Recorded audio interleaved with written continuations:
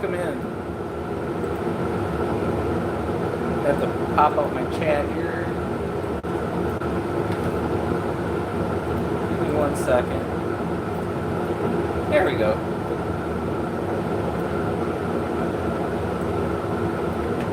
I'm doing good. I've spent pretty much all day laser engraving. So it's kind of nice to get back into the shop a little bit. Let's make a mess.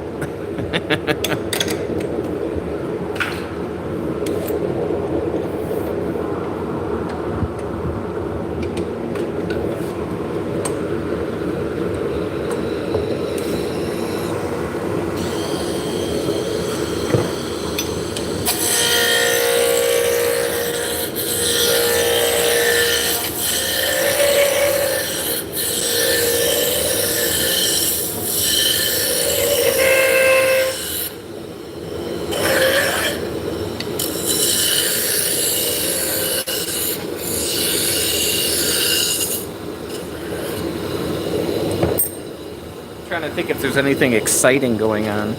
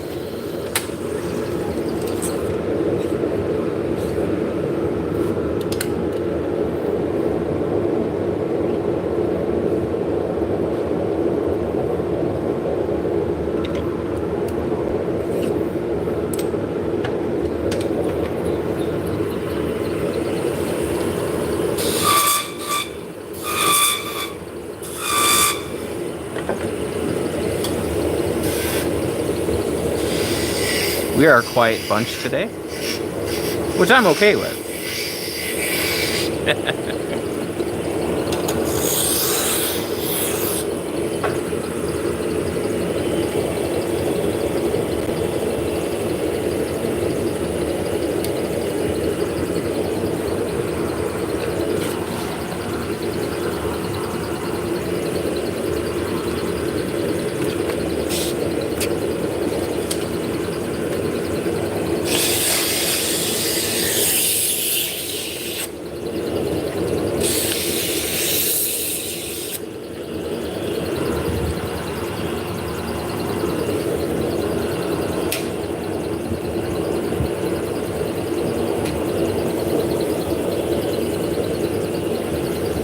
Hey, how's it going, Tyler?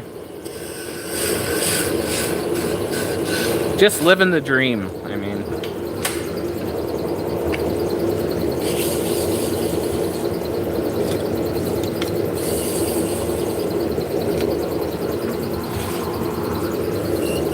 Figured we'd just knock out some shafts.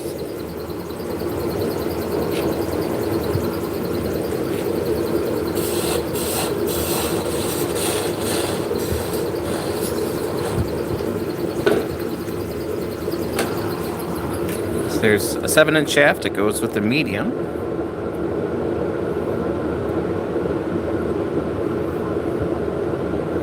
So this is Bacote, and then the shaft is hard maple.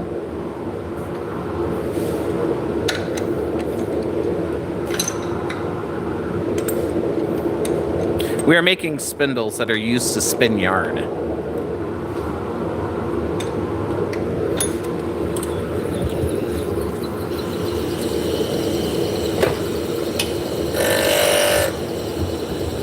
Yeah, I've been making them full-time for, this is my 11th year.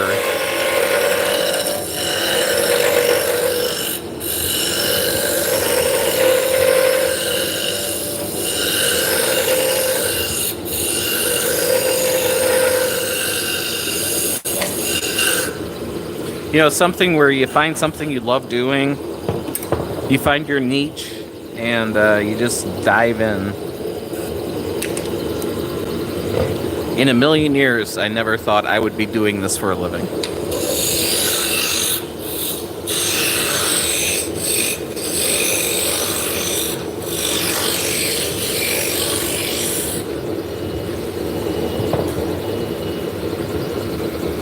Hello, how's it going? Welcome in.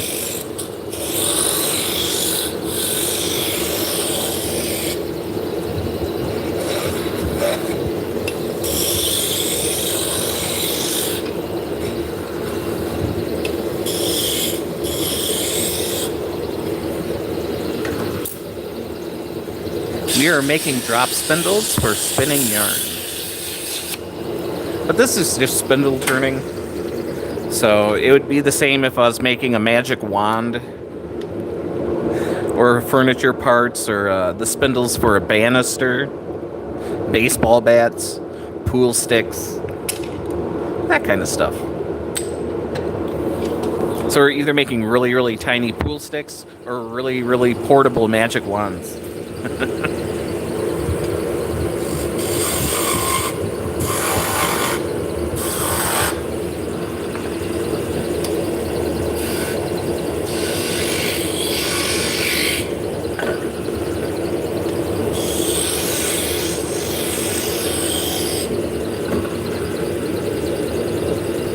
Alright, we're going to burn in some lines. So we're just using a piece of wire. This is picture frame hanging wire that I took a couple of the plies and then spun them together to get the thickness I wanted.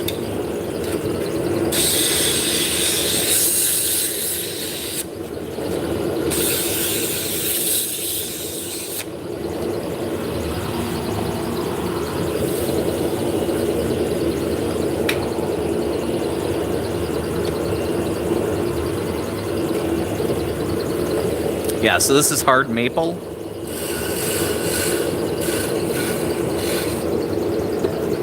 Which I like. It turns nice. It's got small pores, so you can't really see them. If I was to make this out of like red oak, you would see a whole bunch of dots and lines. Think of the pores, think of a tree just like a handful of straws, right? And that's how it gets its nutrients, you know, up and down from the leaves.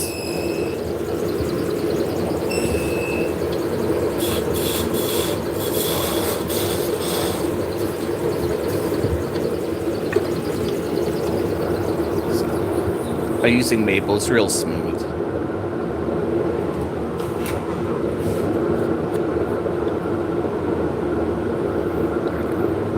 So this is what it looks like before sanding and balancing.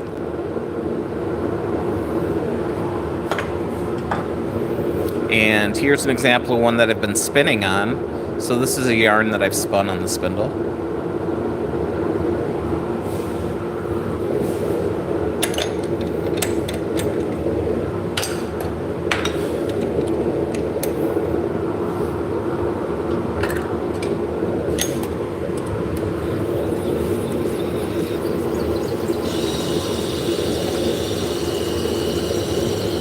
So normally I buy hard maple doweling that's a little bit bigger than I need, and that's what I use. Well, when I put my order in, usually I have them within a week, and they're like, oh yeah, we got a 2-week lead time. So I took some hard maple and I cut it into the square stock, and that's what we're using here.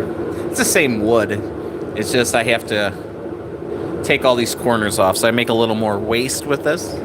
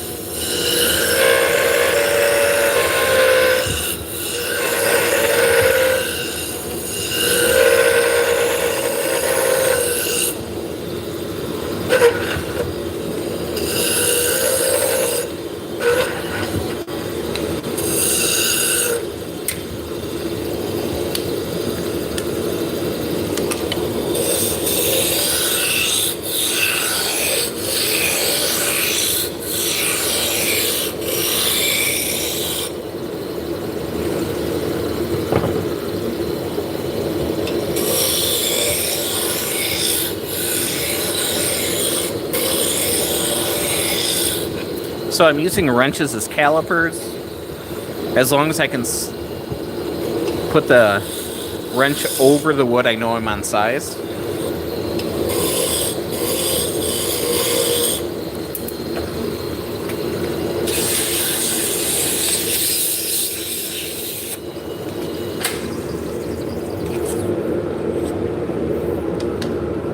I'll walk through the next one, exactly what we're doing.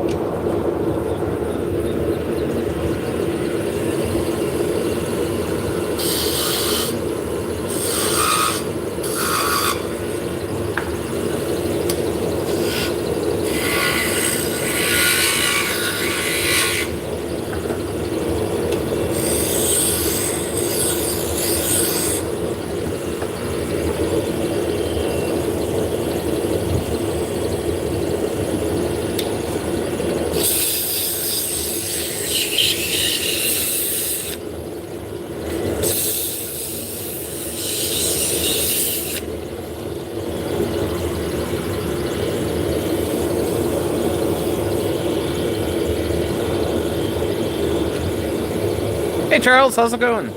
Welcome in.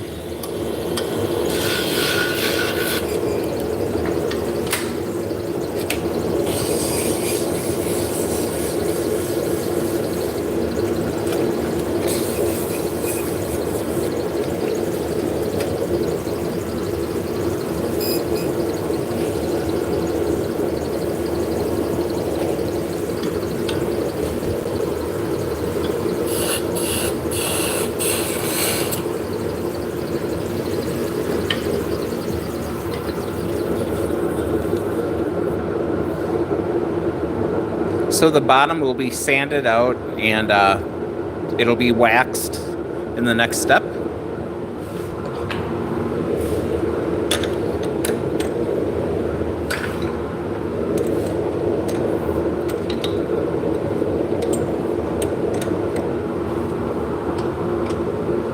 Hey Gustavo, how's it going?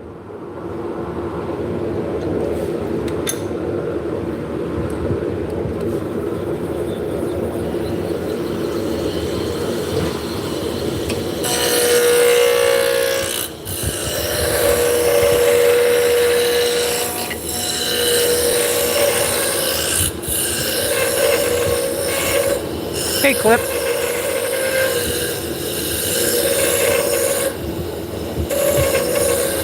Three, two, one. Hello, Texas. I'm in Wisconsin. But I hear that the stars at night are big and bright somewhere.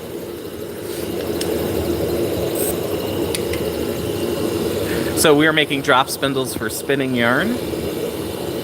You know, I keep telling my girlfriend I'm going to make a TikTok. We vend at a show in Irving, so Dallas, Fort Worth. And I just want to make a TikTok before the show opens, everybody waiting around for the doors to open. Just go out there and start busting out deep in the heart of Texas, kind of Pee Wee Herman style.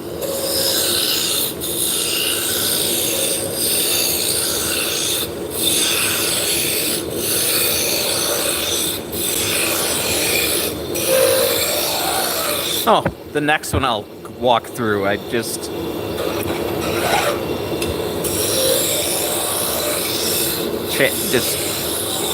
jibber jabbering.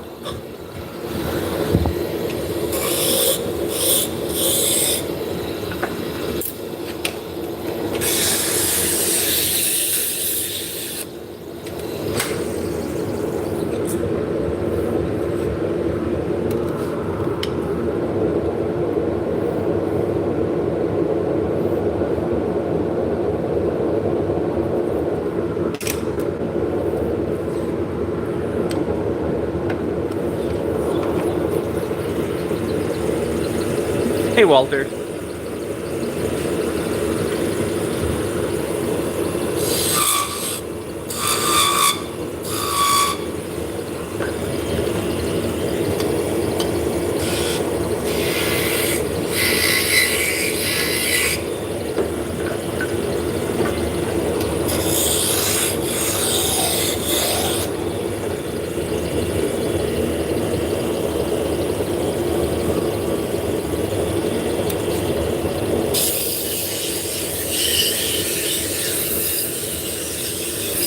Hello, Peter.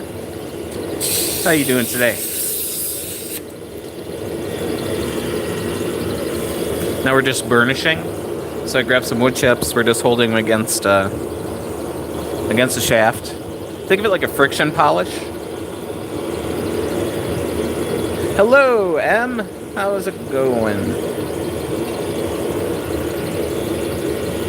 It could be a magic wand dream. It's a shaft for a Turkish spindle that is used to spin yarn. But we could try to Leviosa some stuff. Hey, Mark.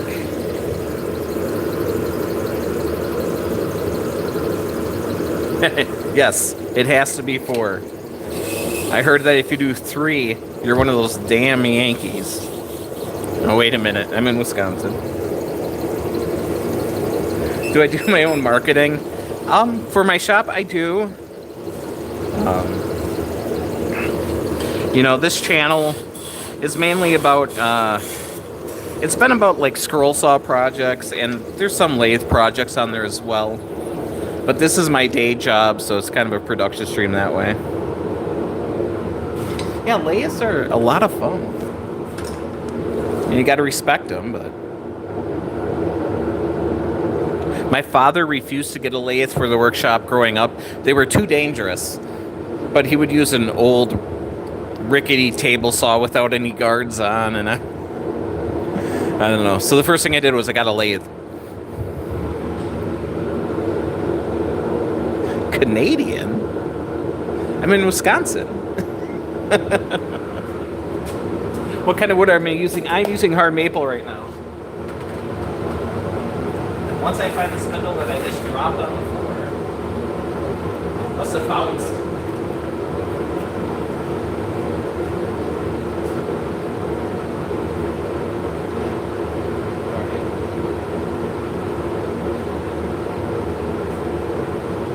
Oh, there it is. Yeah, so the shafts that we're turning. Okay, there's too many marks in here. Hello, welcome in Canada. How does that sound? This is Bacote on the arms.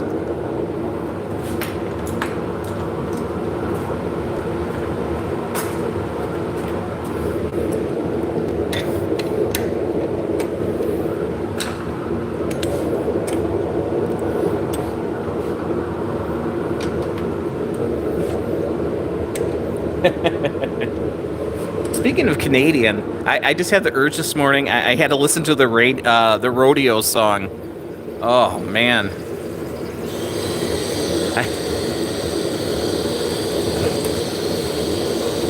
probably the best thing ever to come out of Alberta, right?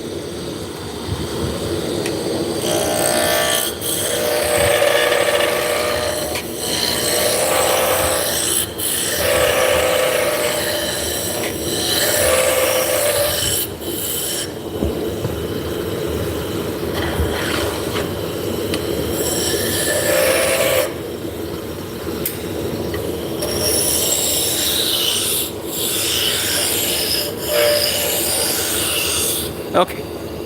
All right, so I'm using my roughing gouge to bring it down to the right diameter. I'm just going to keep making them. All right, now I'm making an 8-inch shaft. So I have marks on here that kind of give me a sense of where I need to put things.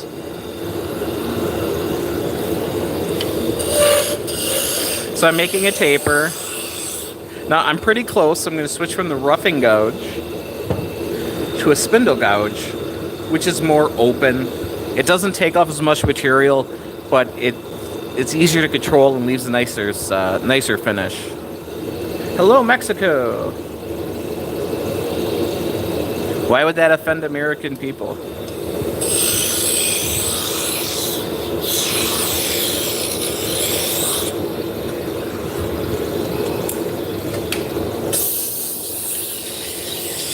There's a lot more supportive people than you know.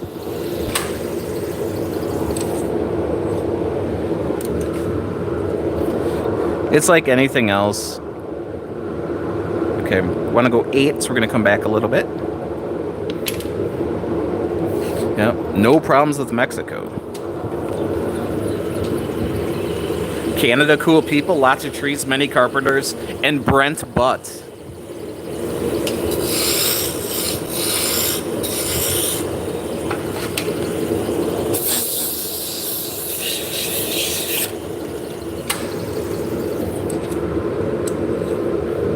Yeah.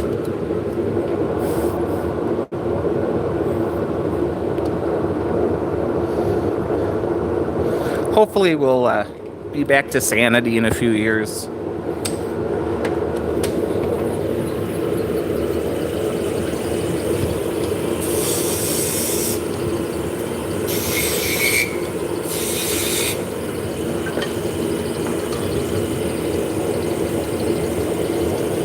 Not a problem.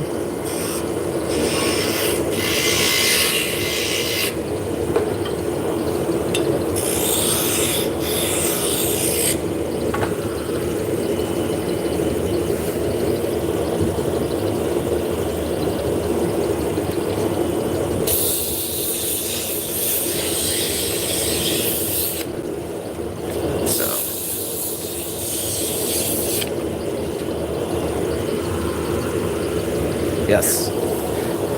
There's a lot of people who are very supportive of Canada and Mexico.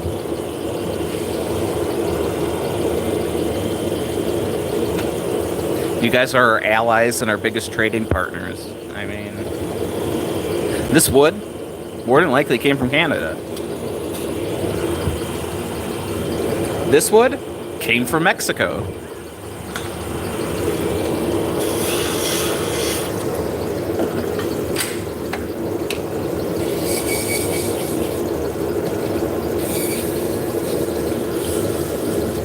Exactly. Hey Alice, we are making Turkish strop spindles that are used to spin yarn.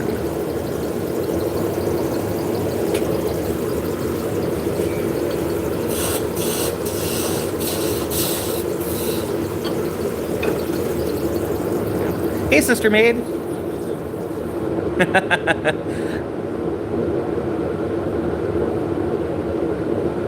Well, I hope you can get back to it. But don't rush it either, you know? It could be a magical shaft. No German oak? I don't have any German oak. But welcome in Germany.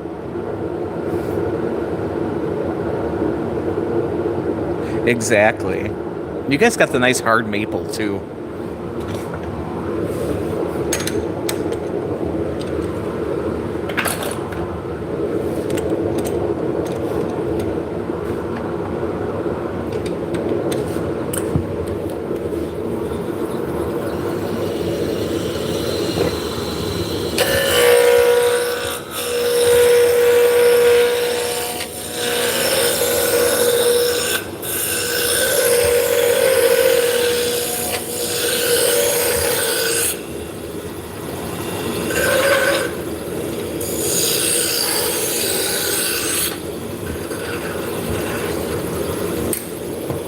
I do not know.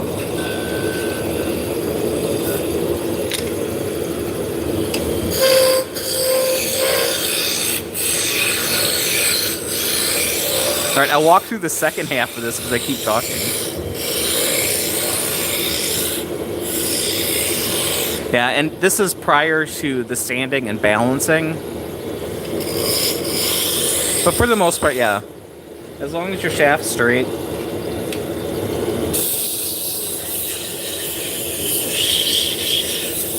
So yeah, the whole balancing thing is a whole nother procedure. It's the one thing that I don't share. It's kind of the secret sauce.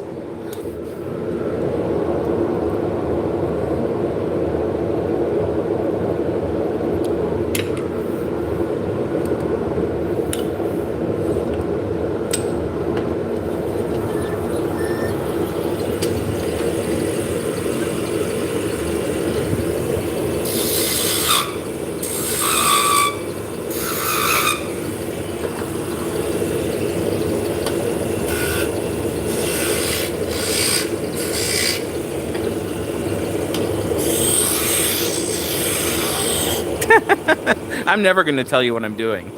We are making Turkish drop spindles that are used for spinning yarn. So I have beads down here that I use this beading tool. It's just basically a V shape. I just bring it in, and that's what makes the beads. I could use other tools. This is just quicker. Now we're going to burn in some decorative lines. Turn the lathe down, and then we're going to sand. We're going to go start with the medium, and then go to a fine grit.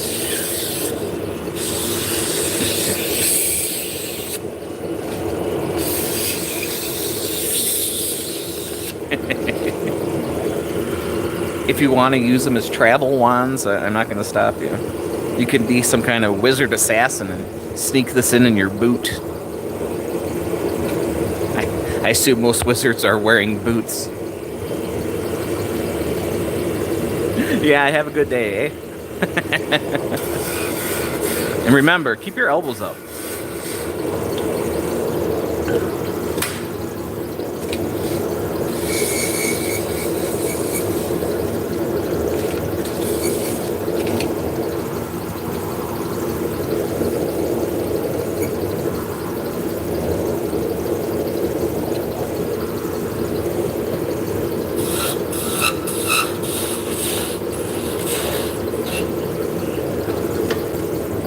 There's an 8-inch shaft. I'm going to put it on this walnut.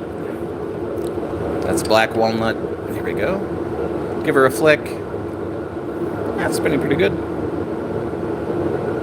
So yeah, like yesterday I was cutting these out. These are all hand cut on the scroll saw.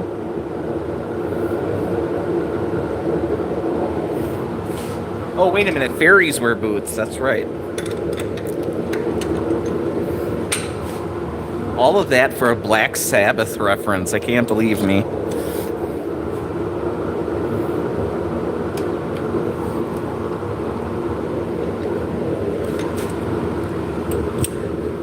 Yes, it does wear off. So yeah, pretty much every day I will re-put this on.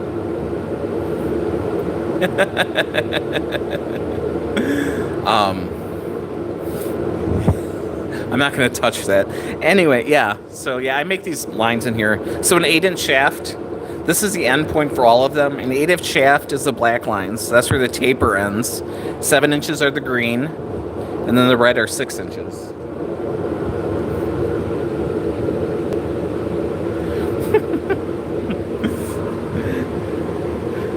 All right, I missed a lot.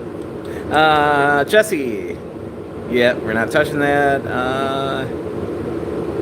Bernardo, hi, welcome in. All right, there we go.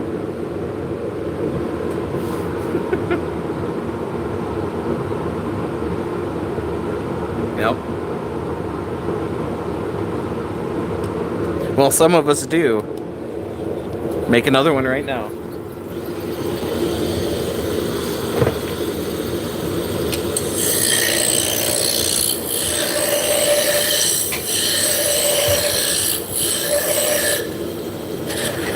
So we're shooting for an 8-inch shaft. And so we're going to make the taper right there.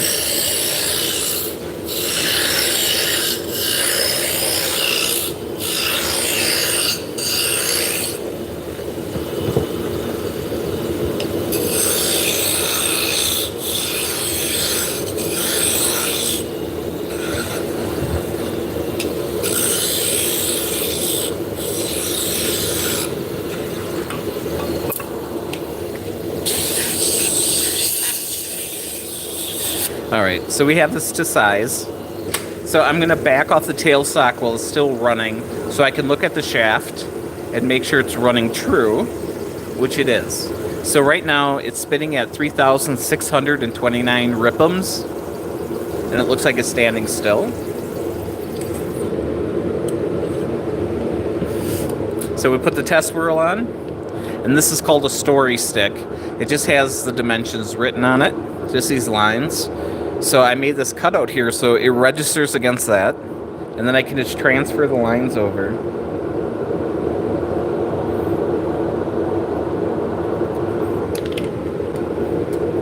Am I going to have to direct the conversation to my love with blue-footed boobies?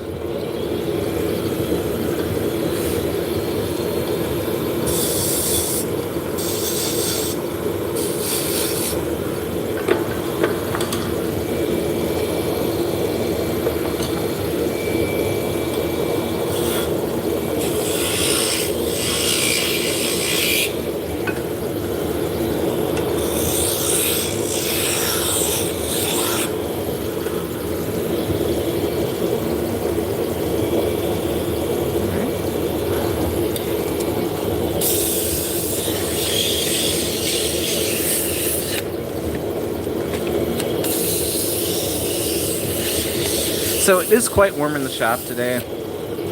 So I do have a fan kind of blowing in this direction, so my exhaust is missing a lot of the chips, but that's okay. It's mainly there to collect the fine sawdust anyway.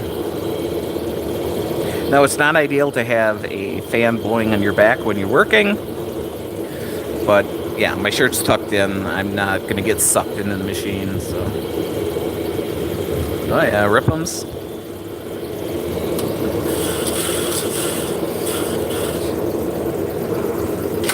Hey Marvin, how's it going? Welcome in.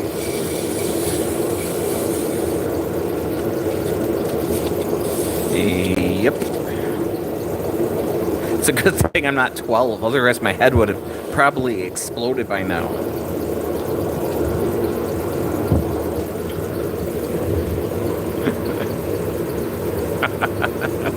Hey artists.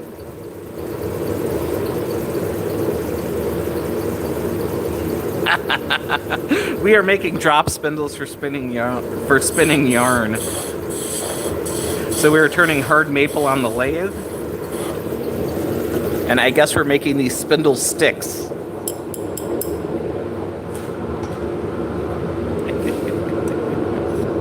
Hey Jonathan, how's it going? Yep, Nightwalker. If you want to use them for magic, you just take that off and away you go.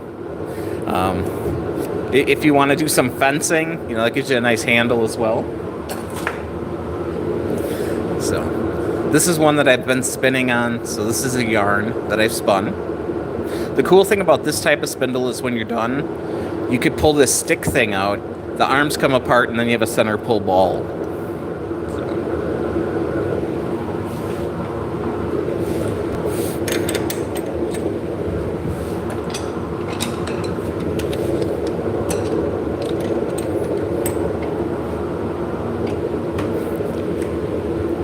So to keep things interesting, the bearings are starting to go a little bit on this lathe. They're not too bad. And I picked up some dry lube, and it's amazing that the sawdust doesn't stick to it and gum everything up. It's pretty awesome. Let's see, is it Booty? Hello, from Indonesia. Amazing. Welcome in. Vogel, how's it going?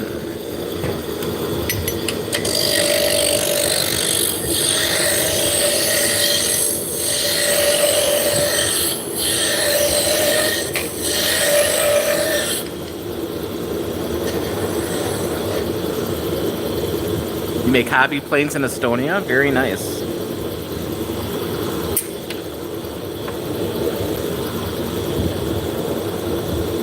We're making drop spindles that are used to spin yarn.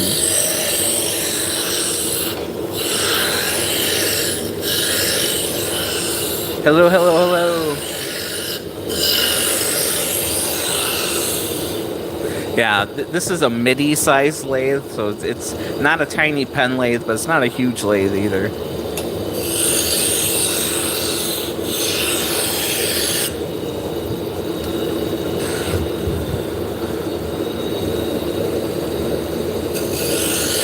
Hello.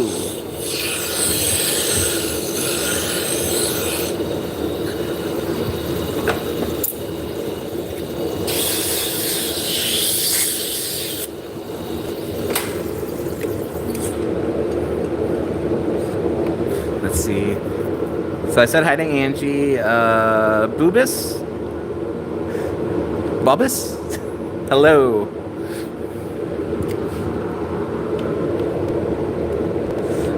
Who's a roid head?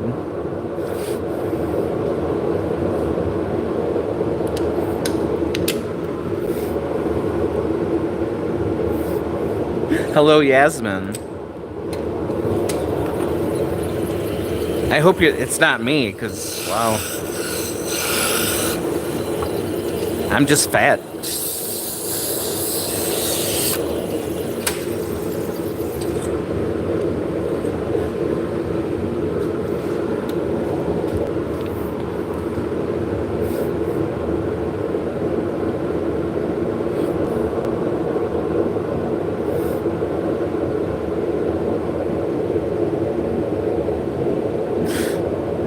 Hi, Yasmin. Taylor, how's it going? Welcome in, guys.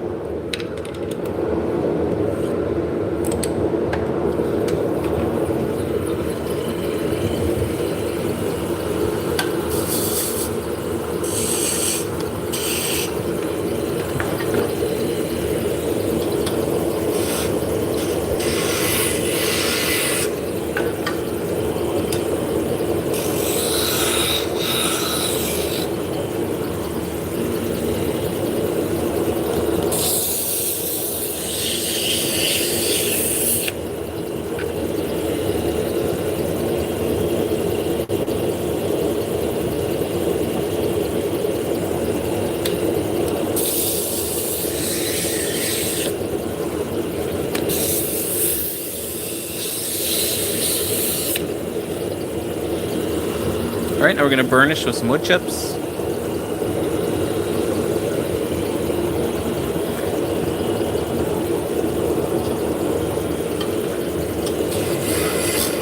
Form the finial on the top.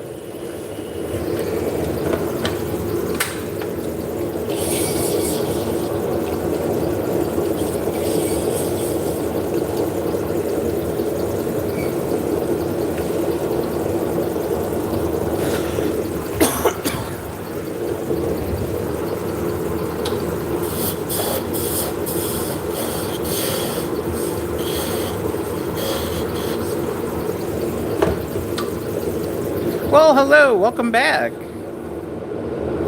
Okay, let's see, let's go back here. Joni, this is a woodworking lathe. It's a wood lathe. What is the metal line you use? Yeah, this is just, it's wire. This is picture frame hanging wire. And I just put handles on it so I can burn lines into here. Yep. It's just to burn decorative lines. Hey Q, how's it going? Welcome back. Nice to see you. Yep. Thanks, Joni. Hello, Wayne.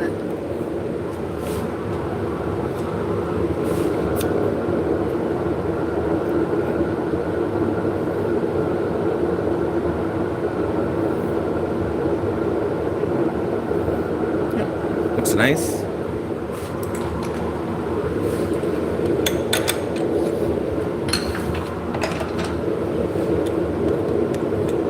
It is used to spin yarn. Let me grab some, I got some roping here.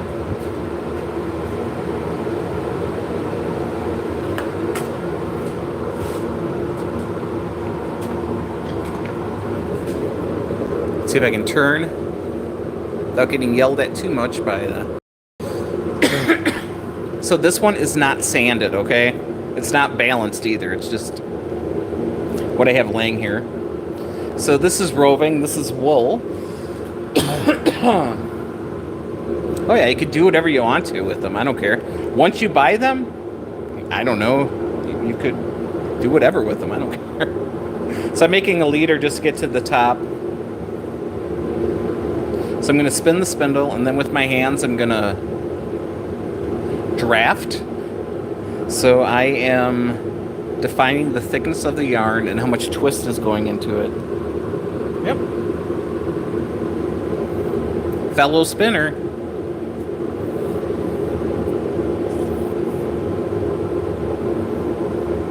And then you store the yarn on the spindle. And like I said, it's not sanded, so it's not going to lay very nice on here. You come up, put a half hitch in to hold it, and then you just keep repeating that process.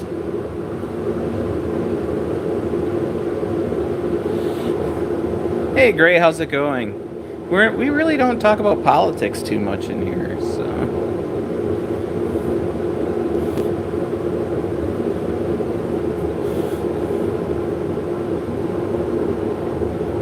I believe very strongly in do unto others. So there you go. You're busy all day with your grandma teaching how to do it? Nice. I meant left-handed. No, I'm right-handed, so this is my left hand.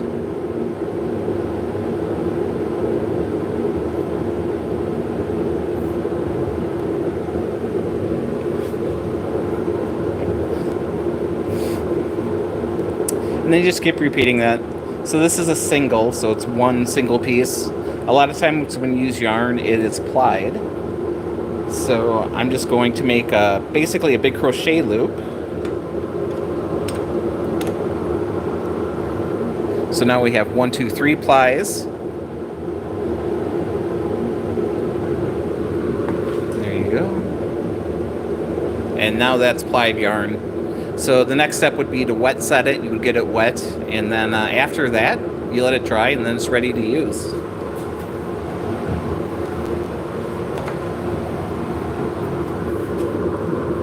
Just practice, all it is.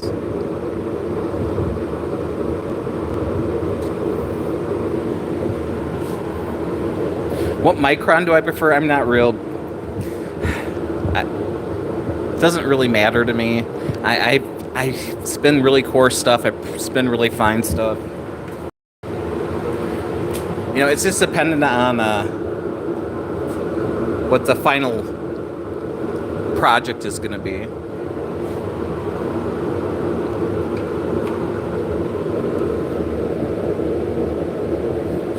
So let's see. Softness kind of cheap. You know, the most stuff I spin is blackface meat cheap just because it's an inexpensive fiber that's good for beginners, so I do a lot of demoing with that. But, you know, I spin a lot of Corriedale, which is a little on the rougher side. Romney, you know, I like Merino as well.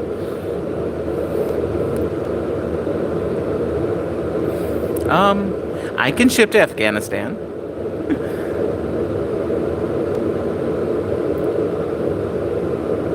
So Wayne says, it's a shame it seems to be dying art, as they say. Oh, I don't think so.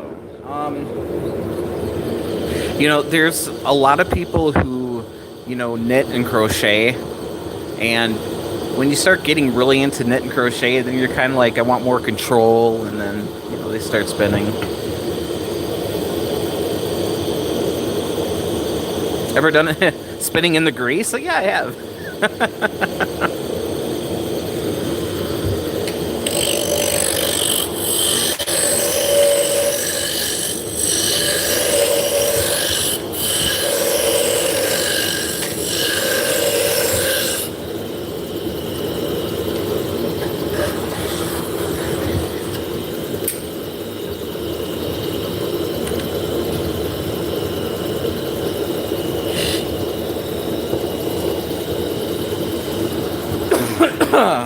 I do not know.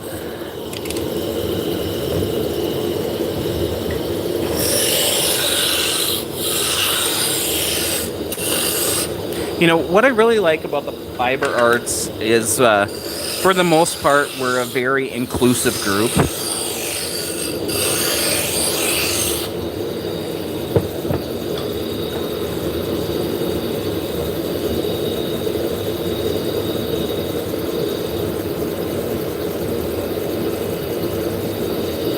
Makes expensive carpets.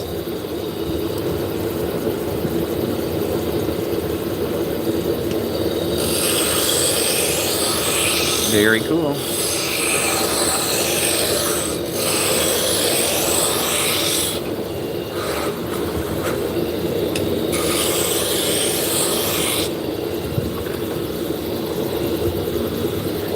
Yeah.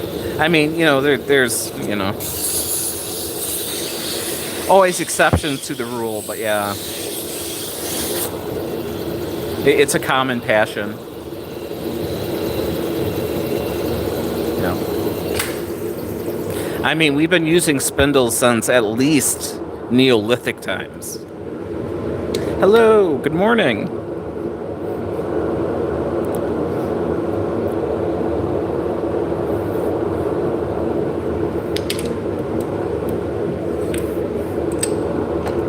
You know, spindles are, you know, a very, very early simple machine.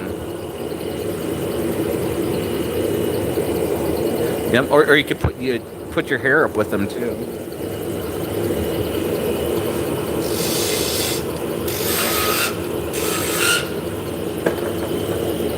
Yep, looks like a little wand or a little hair stick.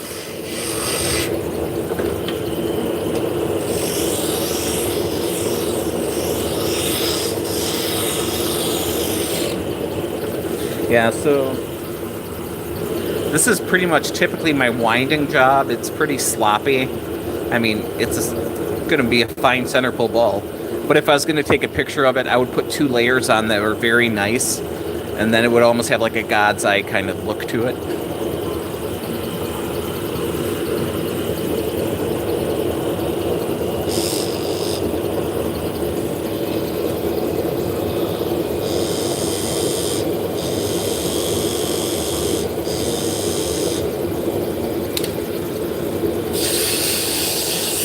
Yeah, once you get the hang of spinning, it's very relaxing. It's zen. There's no counting. You don't got to worry about dropping a stitch.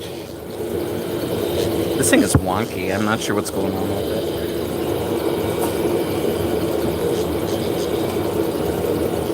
it. Well, you want the picture to look nice.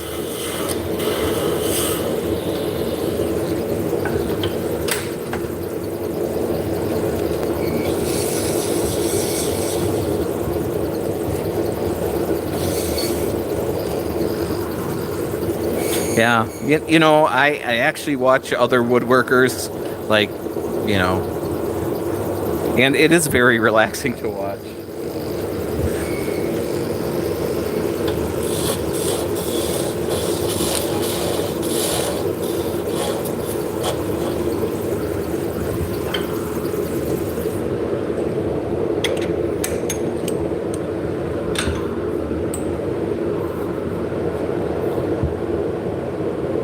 Yep. So Sister May says most of us could be competitors in the woodworker making, but yet we, the most I know are more like team members, kind of like more friendly than you'd expect. Yeah. For the most part.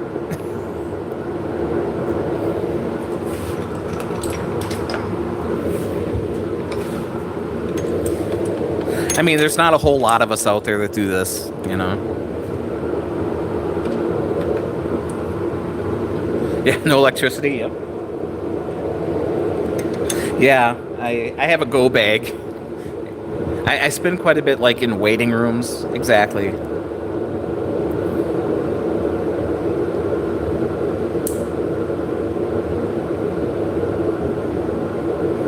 Lemon, if you say so.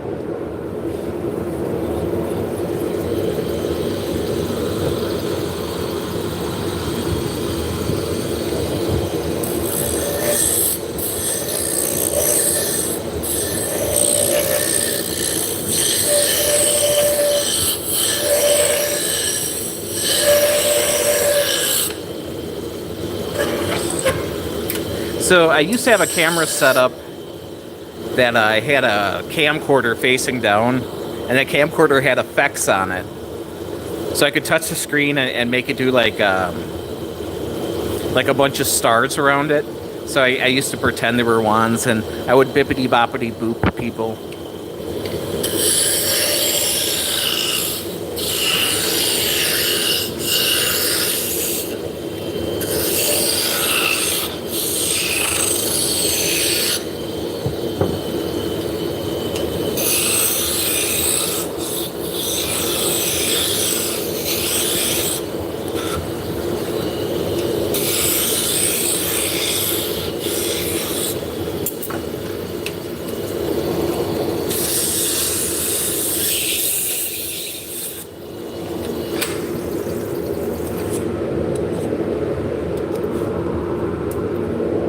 Yeah, I used to make magic wands a long time ago. Just not my thing. Your lathe broke because your cat stepped on it? How big's your cat? Was it like a woolly mammoth kind of thing? Like, you know, when a big saber-toothed tiger or something?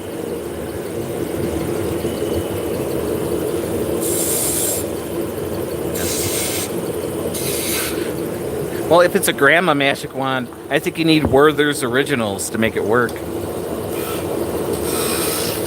Or that candy that's wrapped in those strawberry wrappers.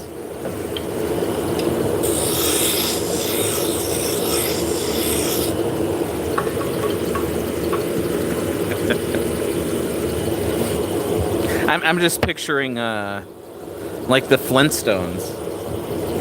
Like the saber-toothed cat that locked Fred out of his house in the beginning.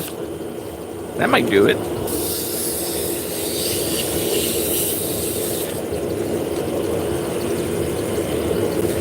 So this is a MIDI lathe. So it's a Laguna 1216.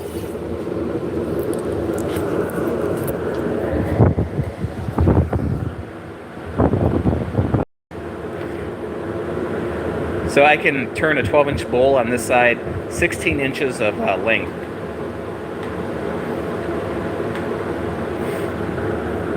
Ooh, chicken and waffles. Hey, how's it going? Make you a guitar? I'm really not a luthier, though. Well, we can make magic wands if we want to. I am making Turkish spindles, though.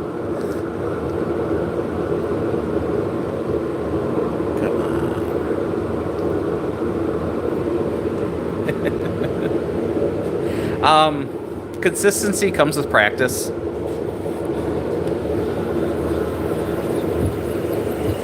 You know, the reason that they're so consistent is because I'm using a story stick, so I'm transferring the same lines over on every single one.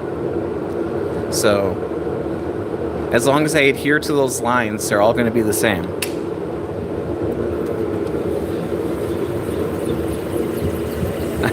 I am. So it's a drop spindle for spinning yarn. So a lot of people think spinning wheels are, you know, all old-timey and such, but they're what? They've been around for, what, 700 years? Something like that? 700, 800? Where's the fetus gonna gestate, Don? Are you gonna keep it in a box?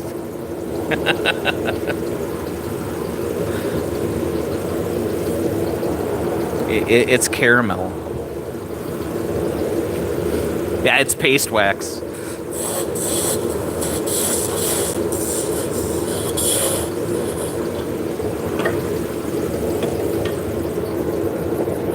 I don't know which is worse. I made the Flintstones comment, and then I followed it up with a Life of Monty Python, Life of Brian comment.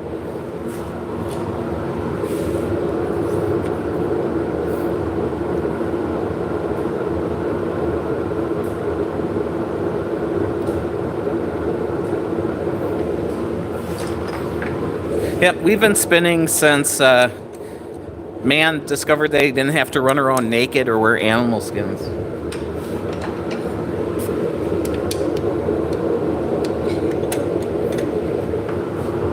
Yeah, it's similar to a golf tee, I guess.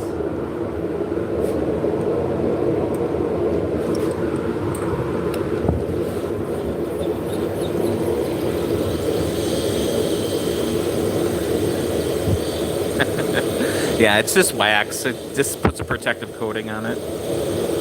Alright, we're going to walk through this one, and I'm going to make the whole darn thing and tell you what I'm doing. So this is hard maple. I order the doweling from the actual manufacturer. So it's not from a store, not from a big box store. They make it per order. So I ordered slightly big because these are made on commercial machinery, and they're not exactly perfectly straight to begin with.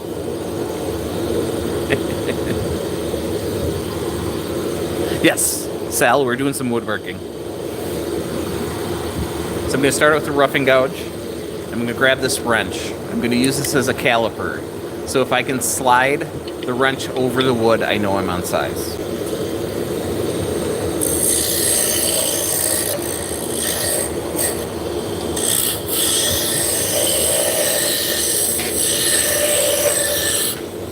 So if the wrench fits over, we're doing good. Now I'm going to be making an 8-inch shaft. So I have to make a taper where this black line is. And then the stuff on the top is going to be, I'm going to use this wrench when we start getting close.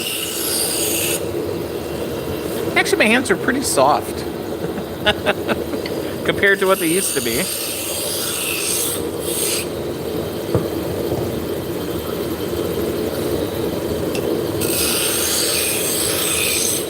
So I switched from the roughing gouge to the spindle gouge. It takes off less material but leaves a nicer finish.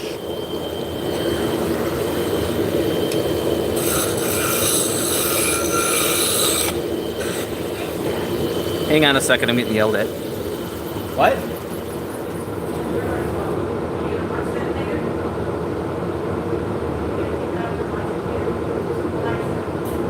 Probably not.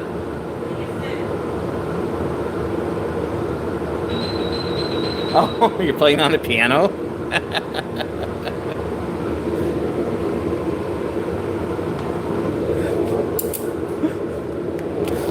Yeah, I got headphones in, I'm listening to music, and the girlfriend is playing the piano over there. They're doing the whole Ghostbuster thing.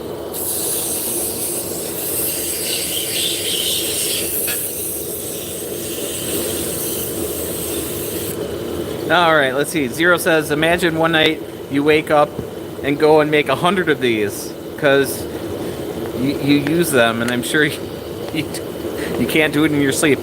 Pretty close. Yes. If music be the... Oh, what is it? If music be the sound of love, play on. Right? Something close to that. Shakespeare?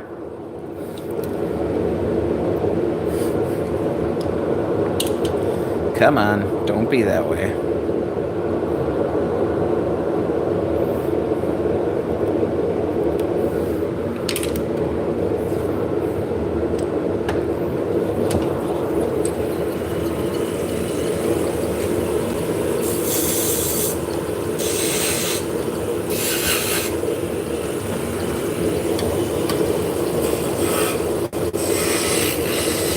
I went Shakespeare. I could have went with Wayne's World with the whole play on. Oh man, that would be Game On, which would lead me into Smash Mouth.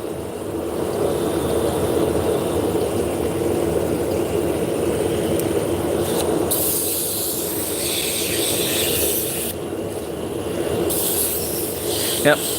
So if you're new to the stream, my name is Scott. My main channel is usually about doing some scroll saw and lathe craft stuff. I try to get a video up every couple of weeks. So this is actually my day job. I run Snyder Spindles. I've been doing this full-time for 11 years. So usually the live streams are production streams. So I'm just kind of hanging out, just getting some stuff done.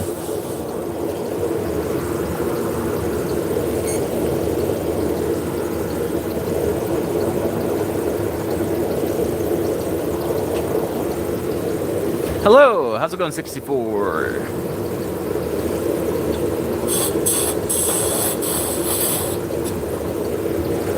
Yeah, so we got a piano in the shop. Like 2 blocks away, somebody was throwing away a piano. And I've always wanted to take a piano and then rip it apart and make things out of all the wood and kind of make shadow boxes and take some of the piano wires and make it into like a staff. And then use the hammers in the piano as like a quarter note and eighth notes, and then kind of lay them out, like make a musical shadow box out of them. And then a bunch of musical themed stuff. I've been wanting to do this for like a decade. I was going to call it Operation Piano, and I was going to try to make enough money to buy an electric piano for my school's music department. But so I got this piano, and it's in tune, and it's kind of nice, and I don't want to tear it apart. I kind of want to get an old ratty piano for that. So let's see. You missed Buck Rogers, the A-Team, Golden Girls, Dynasty, Battlestar Galactica, Knight Rider. Heck yeah, the good stuff.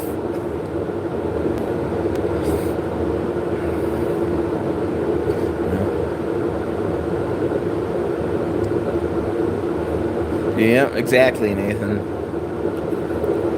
You deconstructed a grand piano once? Nice. So this is a drop spindle for spinning yarn.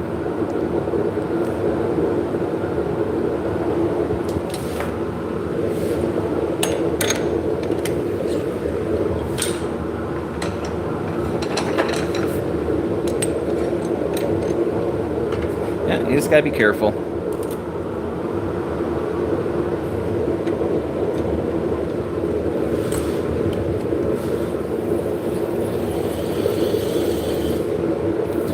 So, you know, that's why we got the handles on here. So we have a very small garrote. So, you know, we could assassinate a mouse or something, guinea pig with this. Yeah, and when I press down, if anything happens, it's going to come out of my hand. Let's see. Do I make Chinese chopsticks? I do not. I do sell these.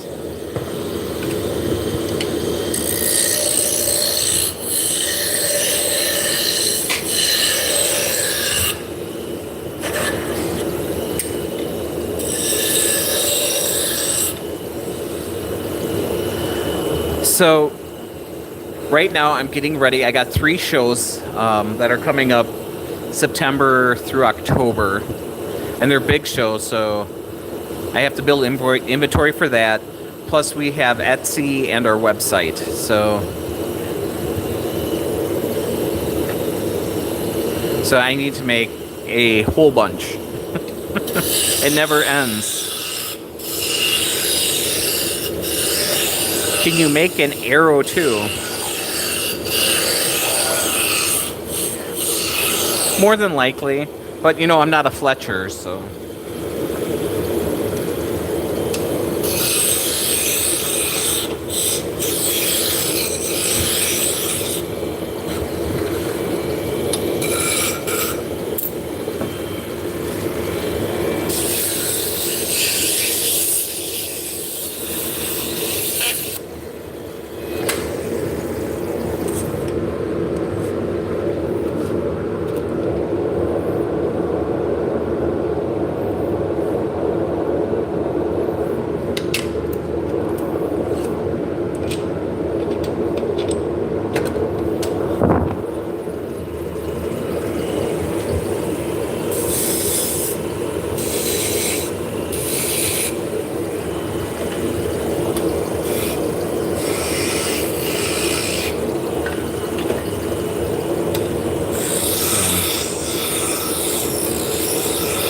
So many years ago, I used to make a lot of scroll saw signs and like nameplates, that kind of thing, toys. And I had a friend on there that asked me to make a spindle. So I went to my local yarn shop, and they looked at me like I was crazy, and they sent me across the street to a store that was called the Wool Gatherers. They were big spinners, weavers, and they kind of took me under their wing and helped me out quite a bit.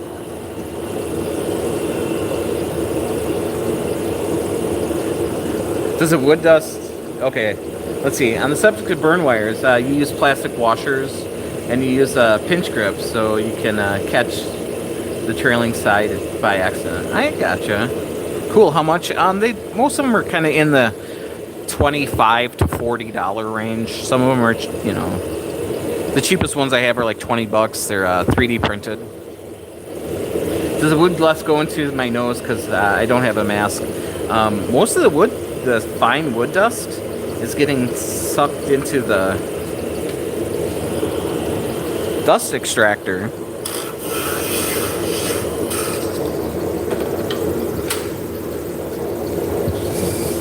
I don't know if you can see it on cam, but yeah.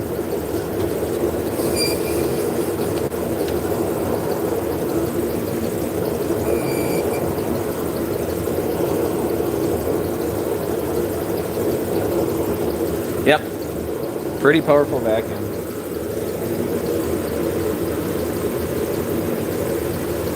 You know, it's the fine stuff you need to be worried about. That's the stuff that gets stuck in your lungs.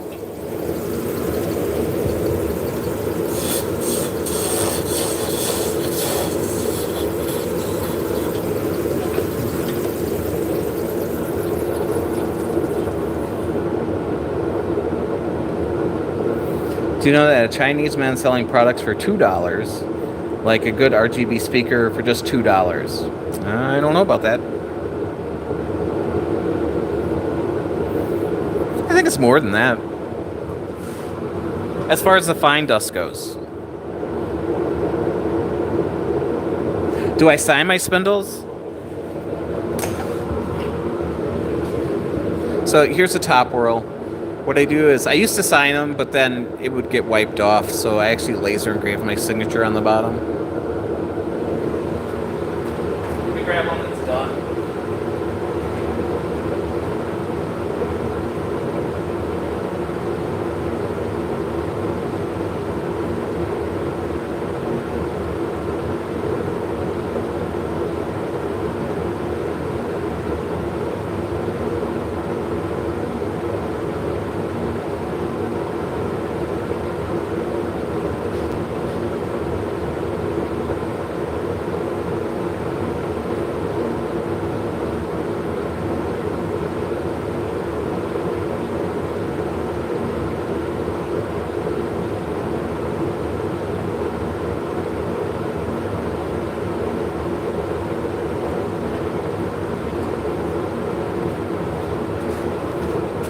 All right, they're used to spin yarn.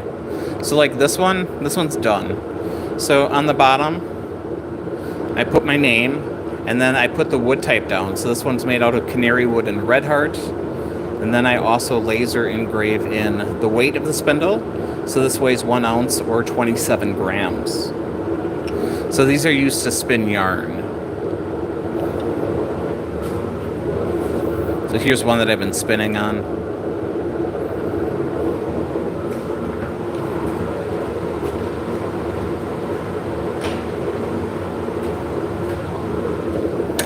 So these came before spinning wheels. Like, way before the Industrial Revolution.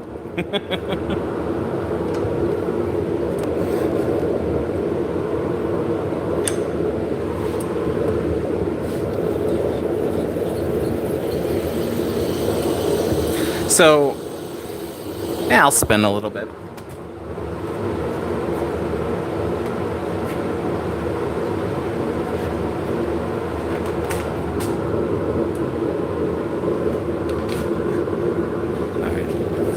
So this is core.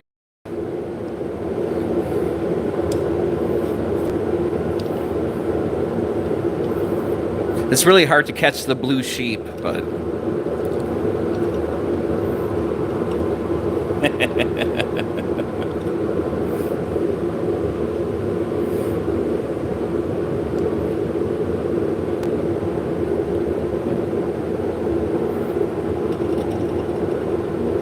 you know,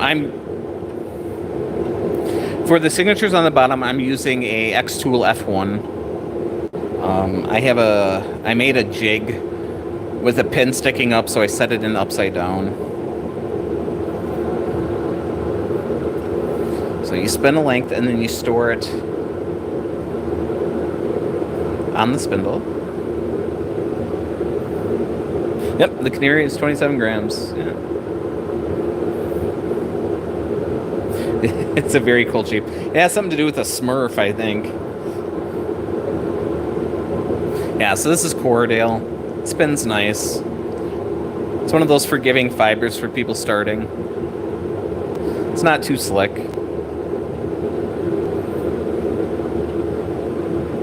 Yeah, you would think the camouflage colored ones would be harder to find.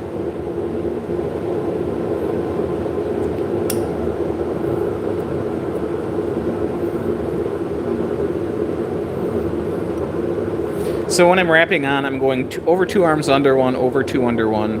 So I'm putting 2/3 on the top of the spindle and 1/3 on the bottom. So we're building a ball, but we're building it up, not building it down.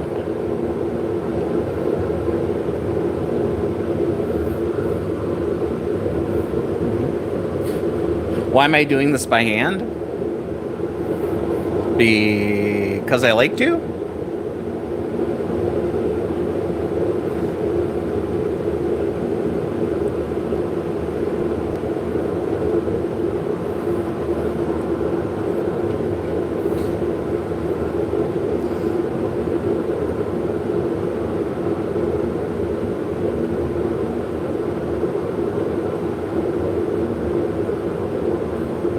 So there you go.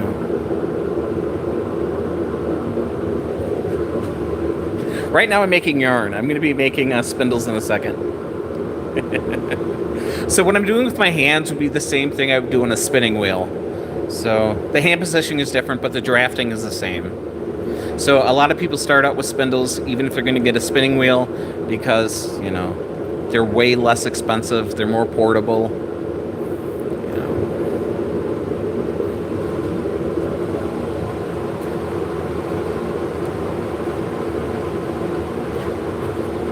Yeah, sometimes unplugging is kind of a nice thing.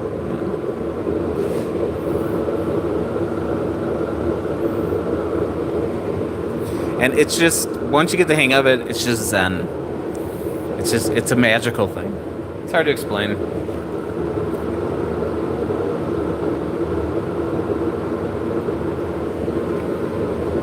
Hello, Modern Warfare.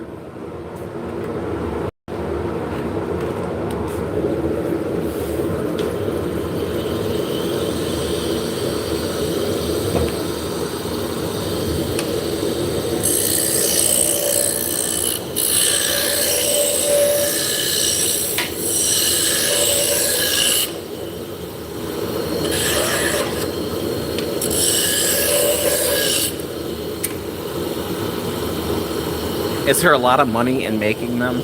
I will never have a top hat, a monocle, and a big cigar. That's not going to happen in my lifetime.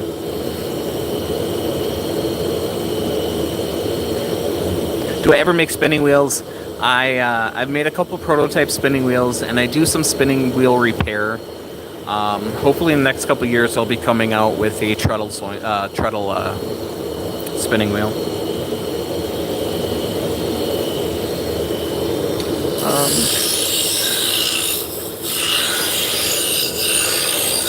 So it's like anything else. You know, there's people out there that make a living, you know, making wooden pens, or tops, you know, or toys or whatever. So I could pay my bills.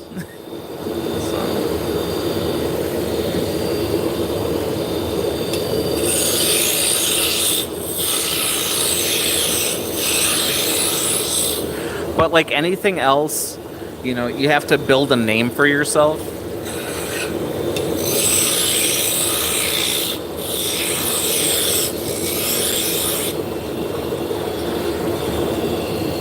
So if you build a good reputation, then it's easier to sell them.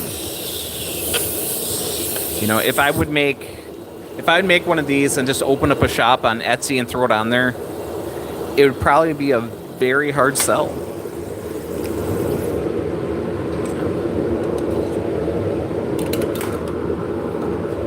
I mean, I have a commercial shop, so I have rent for that.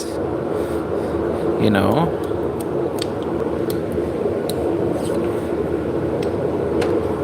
And then a mortgage on top of that. Yeah. And car payment, and, you know, everything adds up, you know.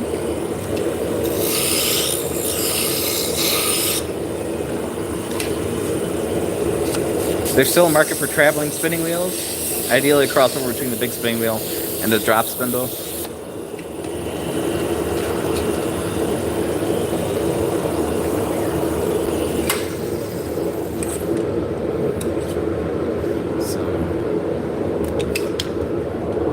Right now, I've got 5 wheels that are kind of in line for repairing right now. We talked about this earlier, too. I got a bunch of bobbins I need to make.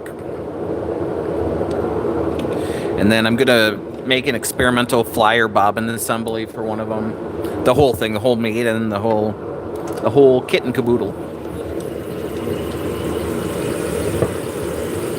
My positive attitude is a big part of it. Yeah. You need a little bit of sarcasm. Hey Frank, how's it going?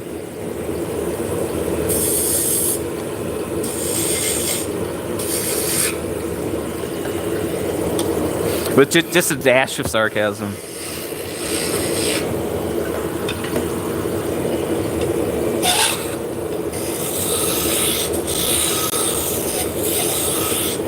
Oops.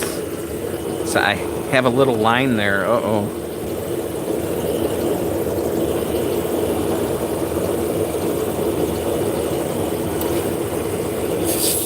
So this one's going to be mine.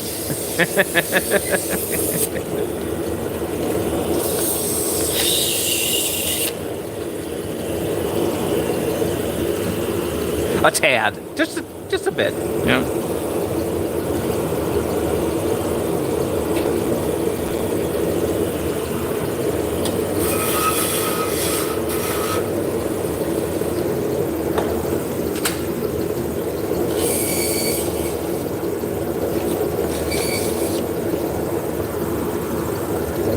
You know, I don't play well with others. We are turning hard maple.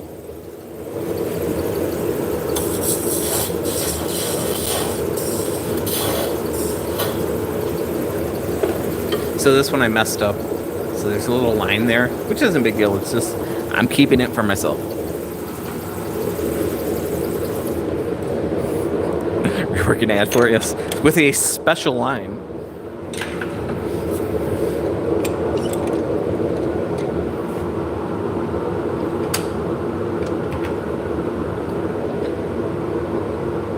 Yeah, the majority of the shaft material I use is hard maple for the Turkish. New excited flexing spindle shaft. Right?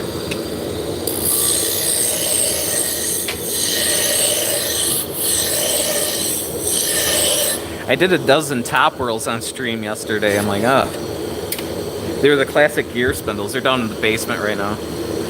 We're currently running at full speed, so 3,629 is what this one maxes out at.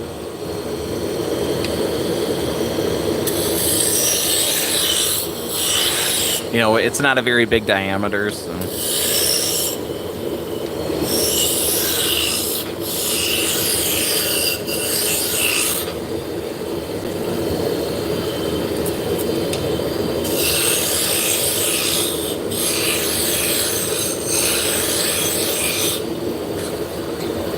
So yeah, we're turning the shaft here is it's 6 mil, so it's a hair under a 1/4 inch. So I do a lot of supporting with my hands because there's just no stability.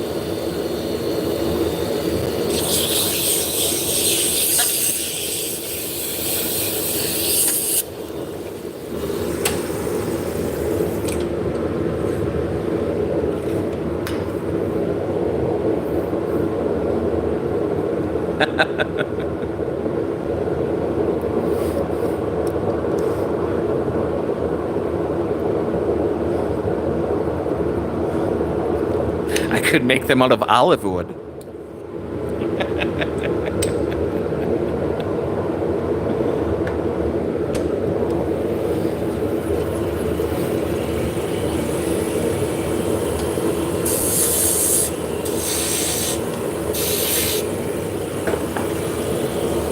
Yeah, make them reverse. I do make ones with pentacles on. Does that count?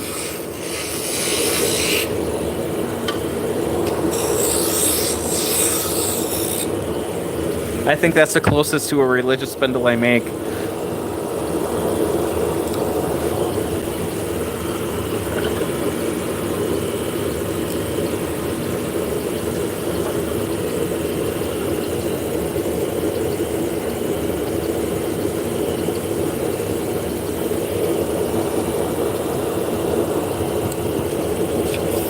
Any hardwood will do. Tell me about it, brother. Now I'm the 12-year-old.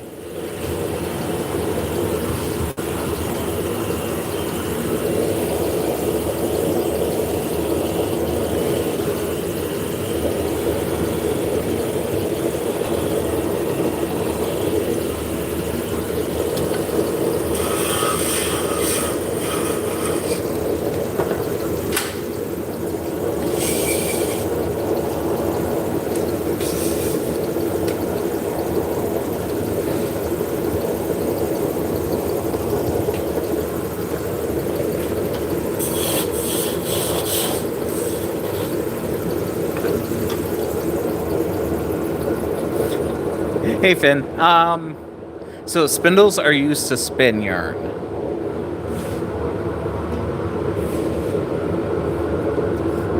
So you spin the spindle, and then the yarn is on the tip of the spindle, and it's putting twist into it.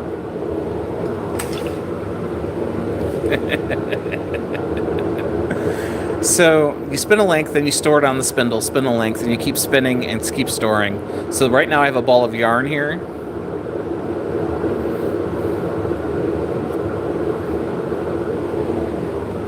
Well, this is also a wood lathe. It's not a metal lathe.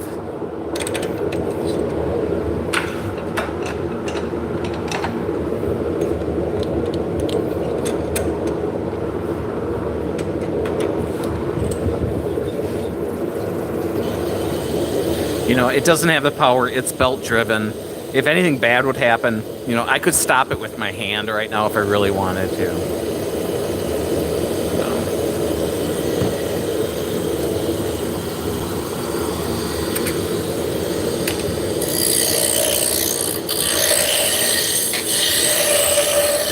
So when I'm turning bigger things, yeah, I'm not sitting here touching them. That's for damn sure.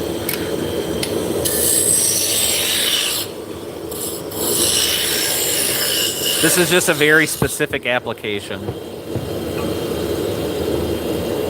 Oh no. Yeah, I've seen people get wrapped up. Well, I've seen video and pictures of people getting wrapped up in industrial lathes. I get it.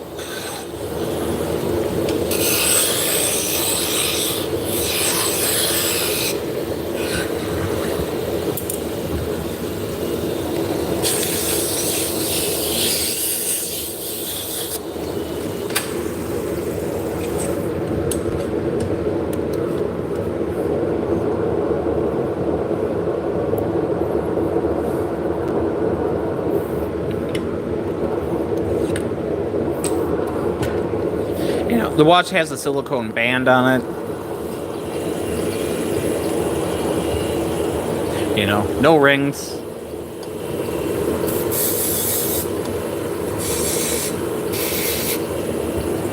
No sleeves. I am wearing eye protection. I have hearing protection in. These I don't wear a face shield because they're so small, but when I'm turning larger things, I'm always wearing a face shield.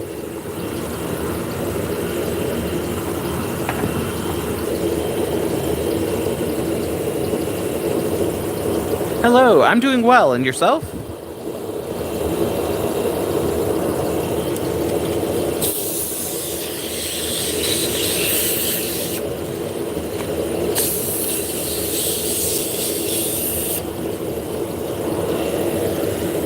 Divorced?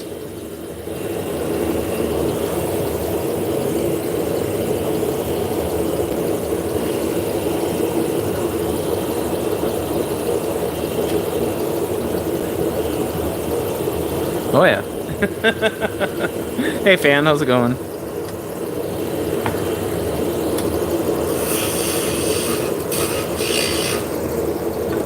I don't know, I've been with my girlfriend for like 14 years.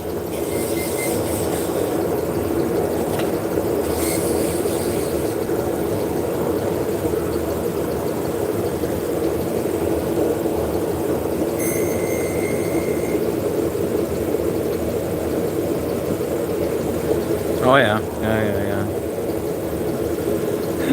Non-rings, yeah. Even when I was married, I never wear a ring. You know, that was way before they had the silicone ones, and yeah, it's not worth it. So we're making drop spindles.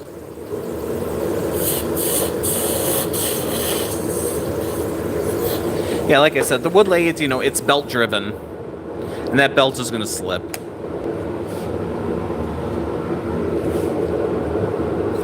So I am burnishing. So I'm taking the wood chips and I'm holding them against the wood, and think of it like a friction polish. It does a really good job making it smooth. Yes, Q, sometimes I'm just really dense.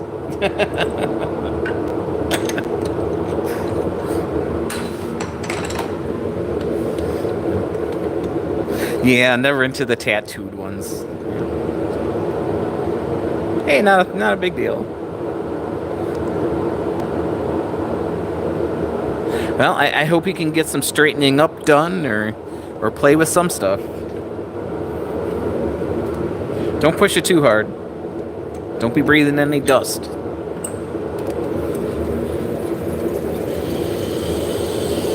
Yep.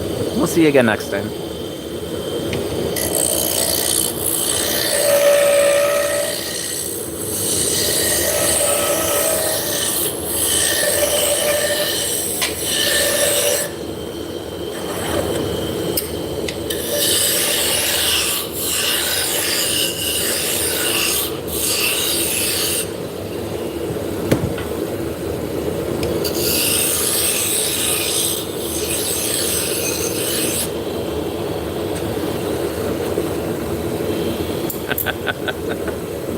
Hey, thank you. Hey, Tom.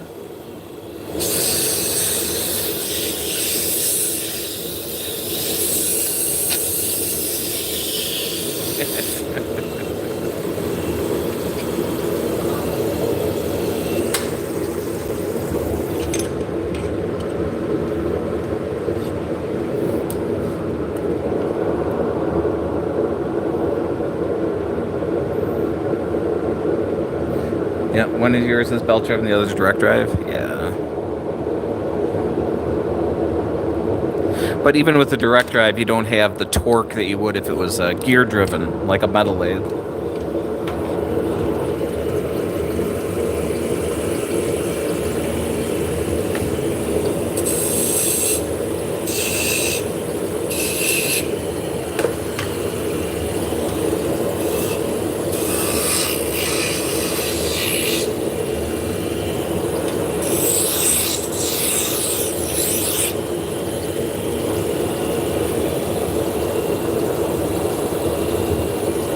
So, John, do you know what's going on?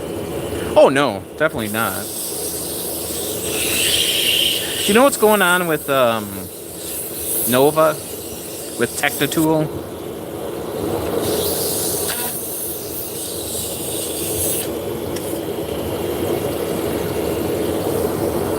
I think they filed for bankruptcy. I went to Woodcraft and all the Nova stuff was gone. The only thing they had was they had some chucks on clearance, but all the power tools were gone. But I think you could still buy it directly from the manufacturer, so I don't know what's going on.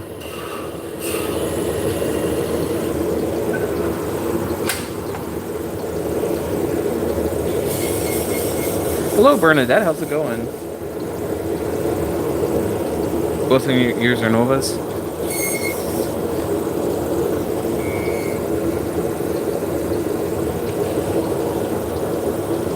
Yeah, I've got a Nova Viking drill press, which is direct drive.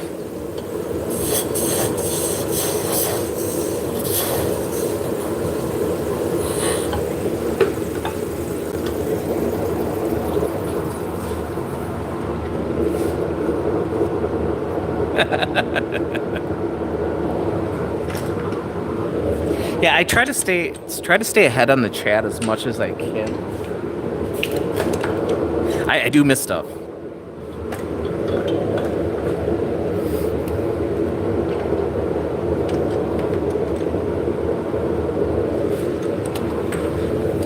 You know, the shafts are pretty much old hat for me by now.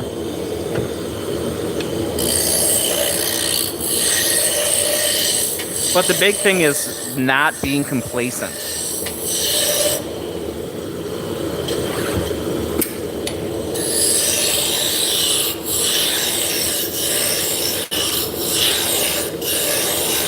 You know, when I'm cutting, I'm paying attention to the cutting.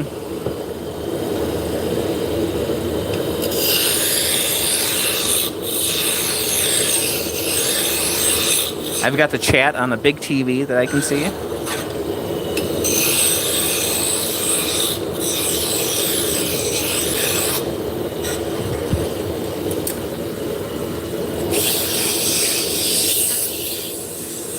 So I'm not trying to focus on, you know, the little cell phone.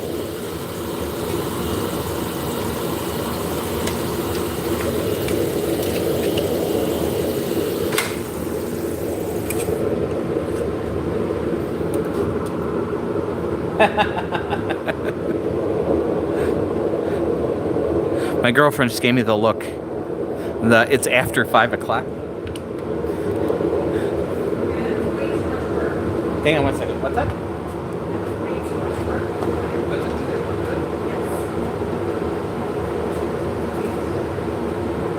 We'll show them. So this is what Vicky's been working on. So these are stitch markers for, you know, knitting or crochet. And yeah. So they got little metal screws in them, and then tulip bulb pin. So you can put a QR code on the back. Pretty sweet. Yeah, and these are little 3D printed cheap. Awesome.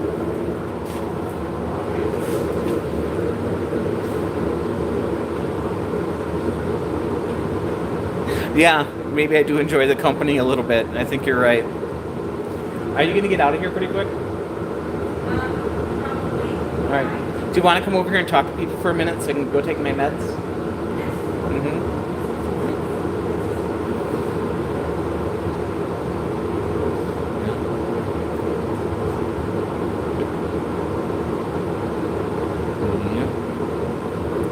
All right. Give me 1 minute here. I'll be right back. I'm expecting you to talk. Okay. To the camera. Right? Only so many hours you can catch, you can watch the same channel before you break, right? Yes, and even for us, on this end too, it's like after 4 hours, 5 hours, 6 hours, 7 hours, 8 hours of turning shafts, it's like he's got to do something else.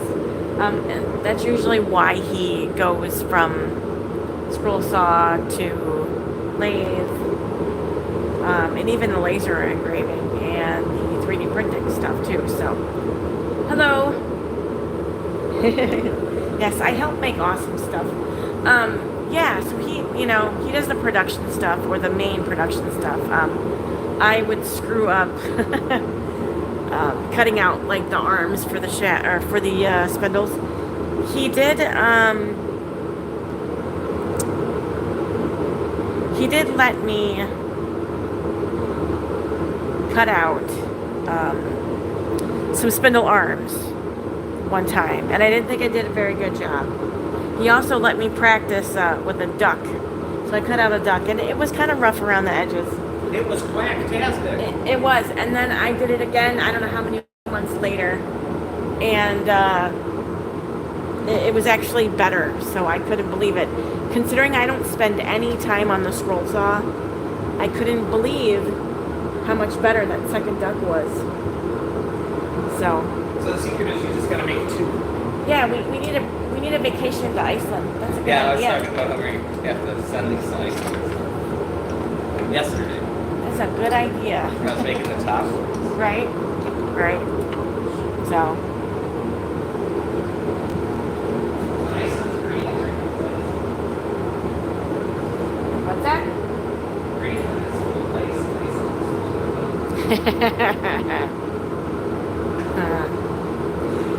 But yeah, so I was, you know, the 3D printed sheep, you know, they come off the printer, and then we put the hooks in them, the eye hooks, and then the pins. And I was doing the packaging and putting the little, so I was taking where's your little, this thing. So we have a ton, and I do mean a ton of picture hanging wire, and so I use this I separated all the strands, and I threaded those through the little cards, and then hung the sheep. And that took me way too long. For the amount of money that we're getting for those, way too long. So $2. like $2. Yes, exactly. Oh, so I don't know if we're gonna ever do that again.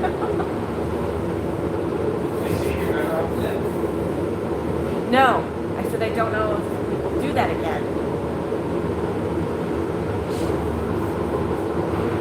So normally we just sell those individually. We just throw them in a little bin. So when people buy them online, we just throw them in a little baggie. They don't go on a card.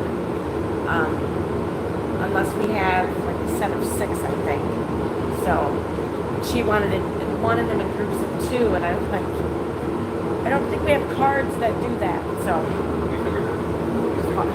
yeah, definitely, it's definitely a balance between the cost and the work for sure. And there are times where I feel like we could be charging more, and so Scott and I kind of do a push and pull with that.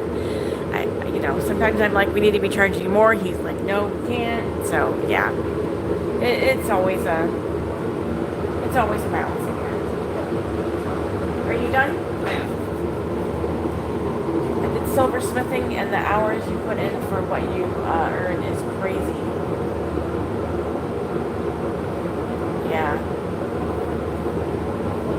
Okay. Are you going to? I'm gonna hang out here. Yeah, for a couple hours. Go home, that's fine.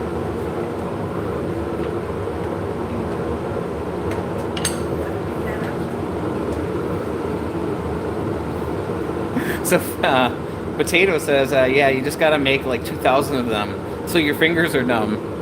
Right? And you're all set. Yep. Yeah, you can't compare Chinese pricing, I have to live.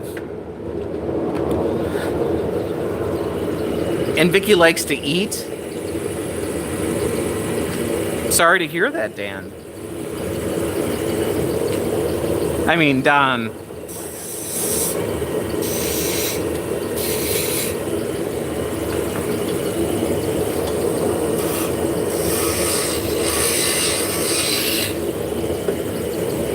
There's several different things you could do about that, but it all depends.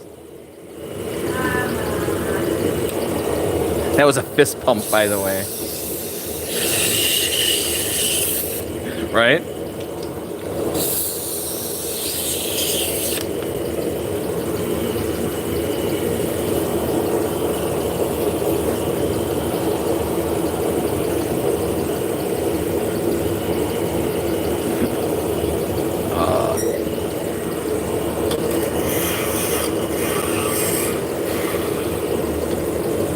So yeah, for lunch today, I had leftovers.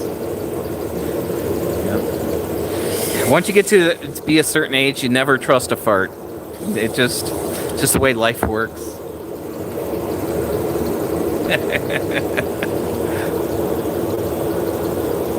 And then I just lost my whole train of thought.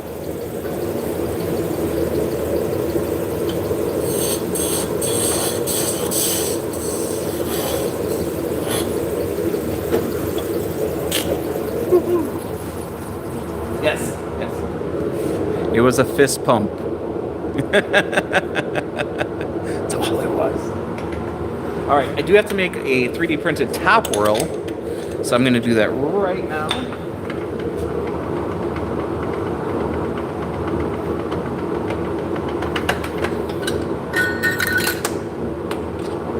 Make it 4 times bigger and you'll have a drumstick. Yep.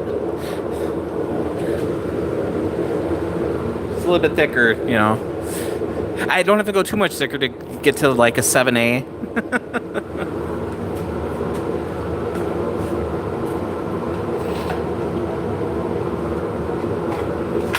All right, so this is a poplar dowel. So you buy a bunch of poplar dowels and you go through and pick out the straight ones.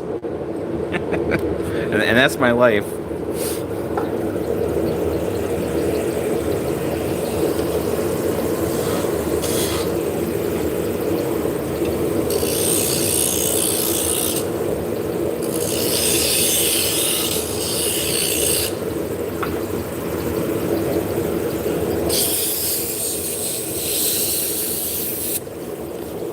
Yes, a sick bird drum, not a delicious confectionery treat.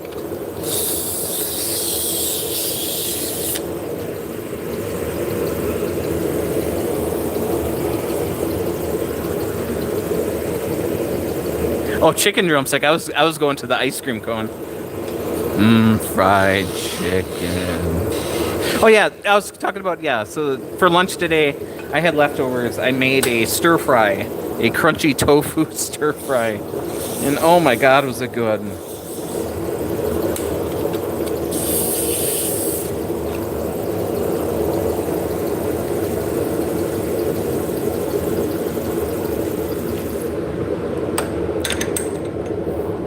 It just kind of reminds me of a Deadpool and Wolverine. You soiled yourself in your sleep. Oh no, I wasn't sleeping.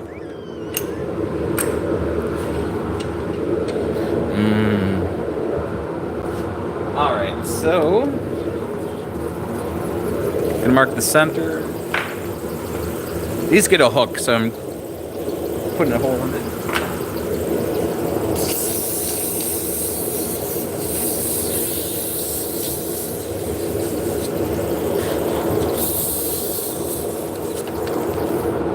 I like tofu. Well, you kind of have to, you know, have a sauce with it. Gets rid of that little fermented taste. Tofu good.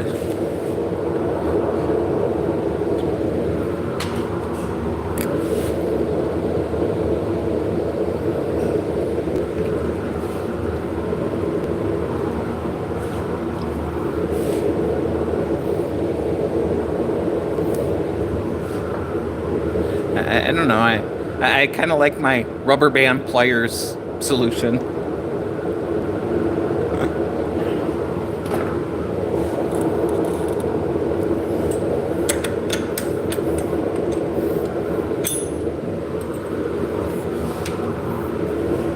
There we go. So this is going to get weights embedded in it.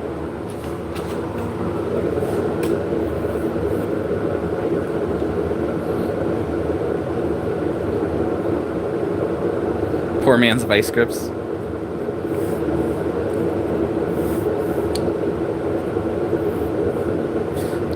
But then I won't be supporting my rubber band manufacturer.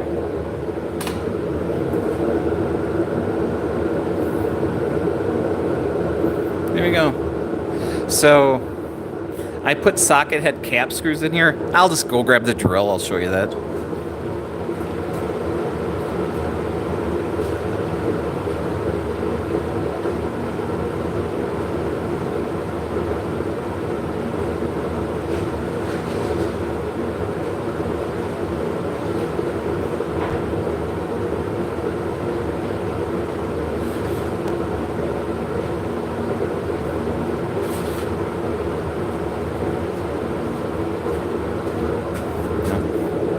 See a 45 vinyl cover hole? Yeah, it's a spider. Yeah. So I call it a 45. So socket head cap screw, I have just an Allen chucked up.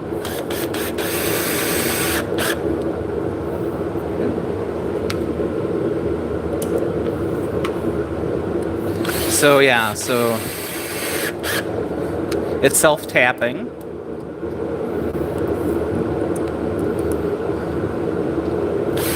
I mean, you could 3D print threads, but for this application, it just makes sense just to tap them in. So adding those weights makes it spin longer.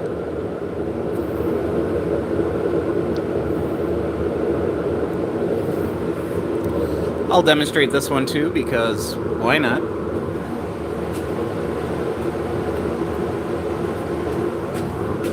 So this one we have a hook on the top. So put some fiber in the hook.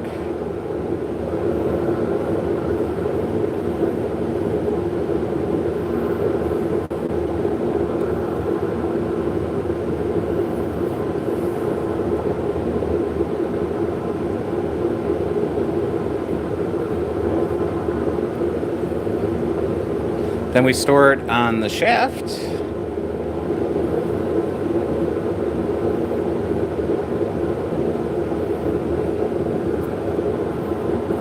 So I do make these in bright yellow, which is, you know, a lot of the 45 adapters, the spiders, were yellow. I mean, they came in other colors too, but it seems yellow seems to be a primary color for them.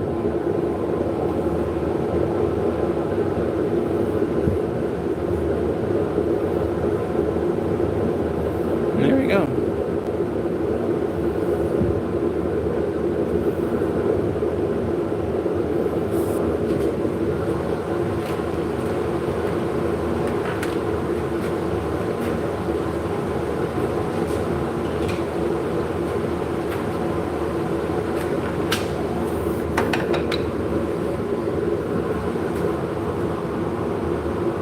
It's a top. It's a top whirl. I do make bottom whirls for those as well.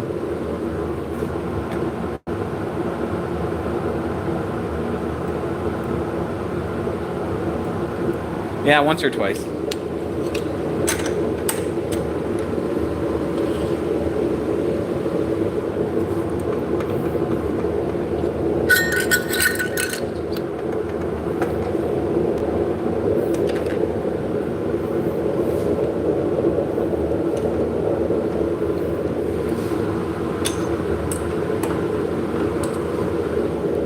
So yeah, the 3D printed ones. Let me get over here.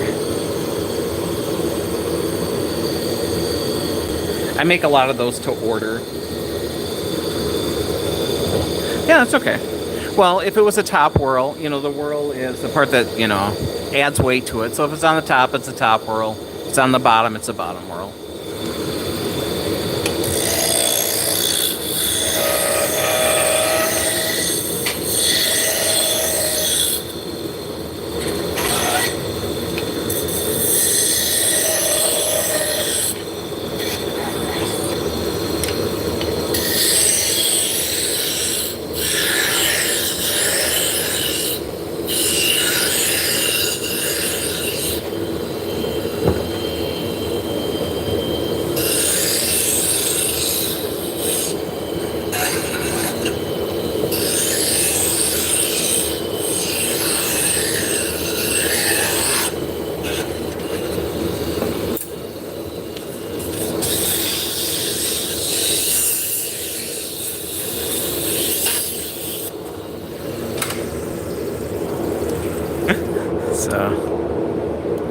Yep, the girlfriend gave up on me and went home.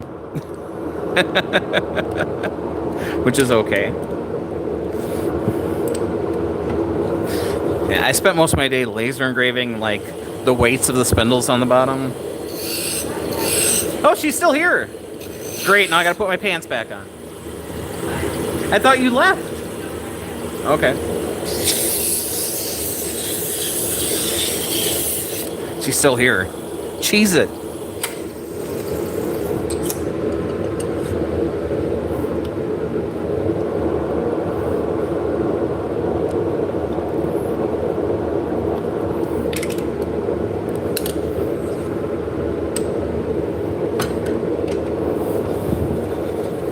So here's the big question.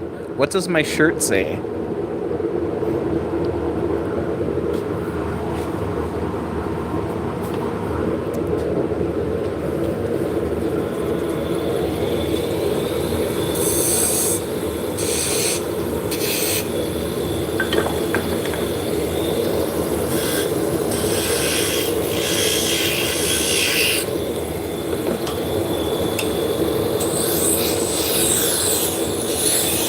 Look, Mom, no pants, pretty much.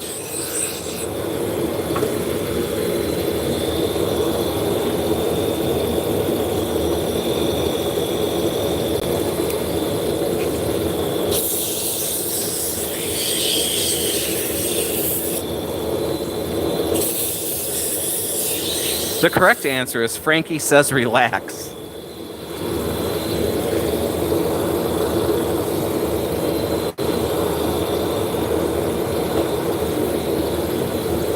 You know, relax, don't do it.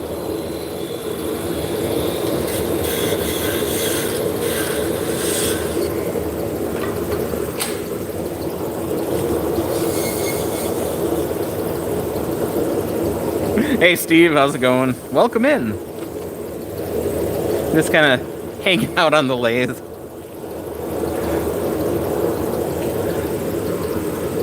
Yep.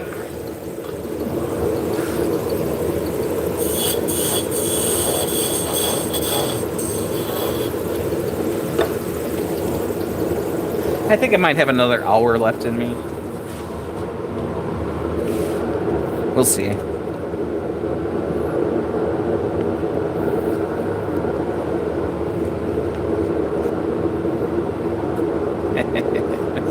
Right.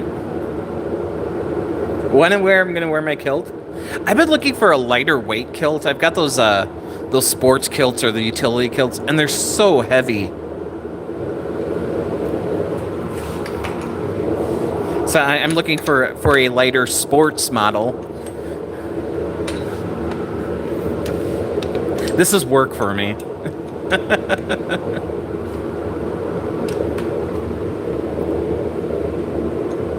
Yeah, the ones I have are just that really heavy, like duck cloth, which is great, except for when it gets hot.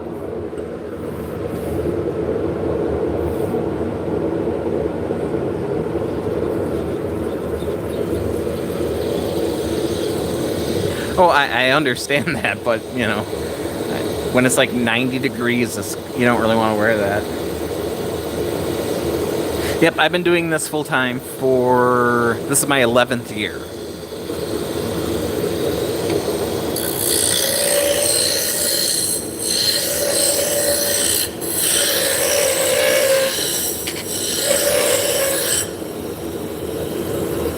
Just put a fan under it. Do my Marilyn Monroe.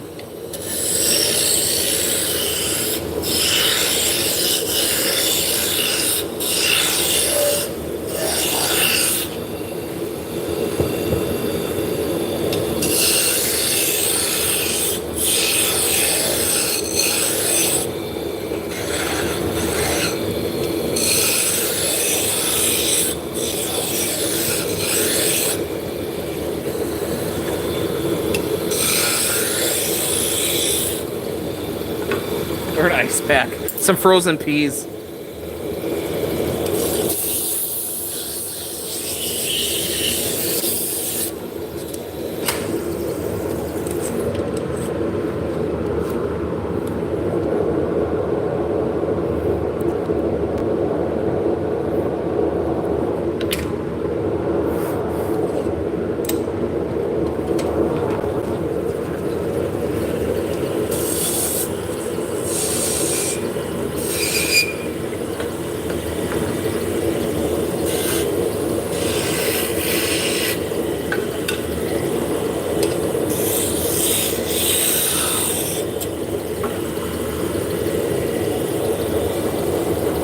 You know, yeah, so at shows I wear kilts, which makes for a unique breaking down the booth experience.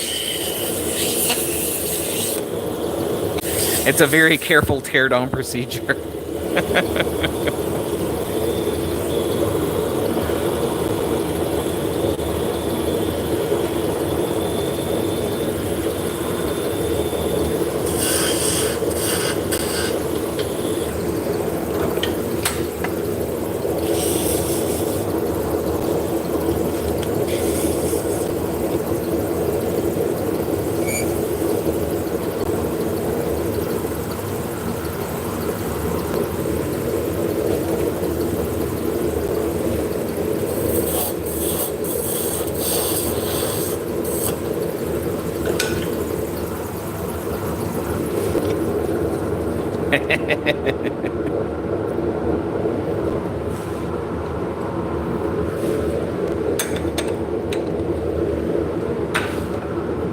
Curse you, autocorrect.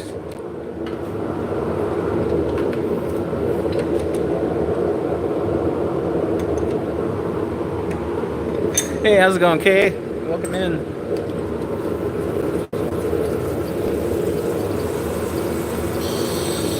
So if you guys are just joining us, we are turning wooden shafts on the lathe to make Turkish drop spindles that are used to spin yarn. I I'm slowly running out of material. This is how many full-size blanks I have.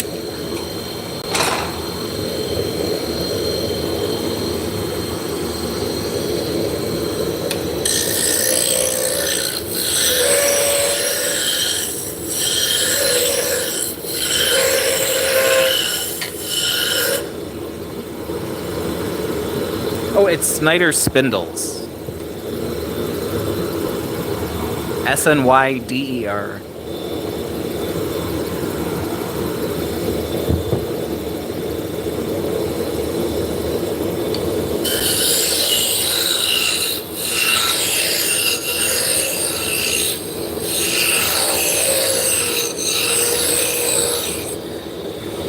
So yeah, we do have the Etsy shop under that name, and we also have SnyderSpindles.com. Yep, that would be it.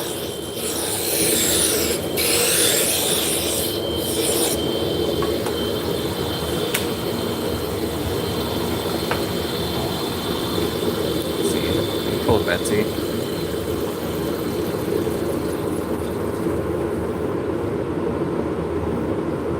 Hey, Mikey B! I could be making toothpicks.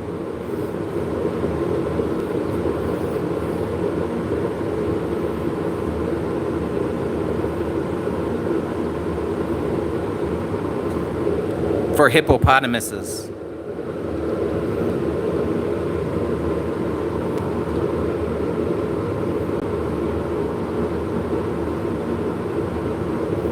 Very small baseball bats. So yeah, that's the website.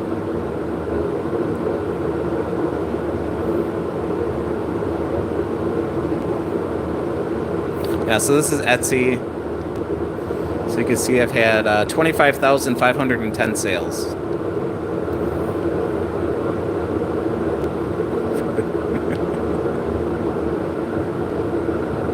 Well, you know, that's why hippopotamuses, they got, you know, a big gap between their marshmallows. I mean, teeth.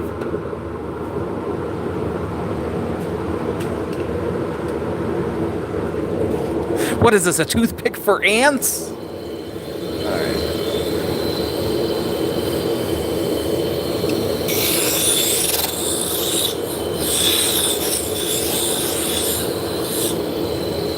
Yeah.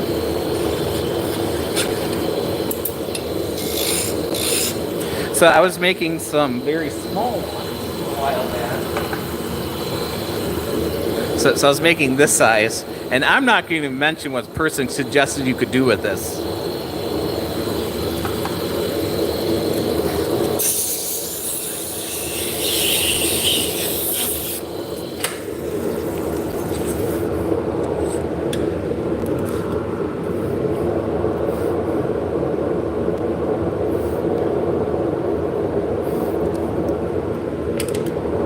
They suggested putting it somewhere where I would never put it.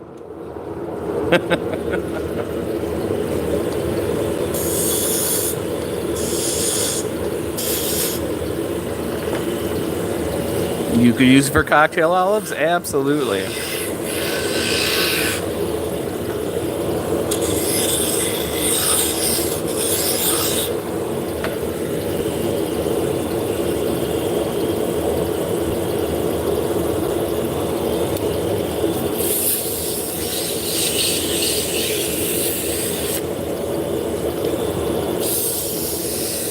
Hello, Martin.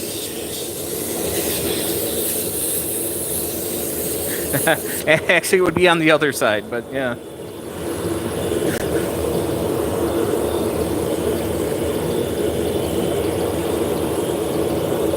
Some bells do not need to be ringed.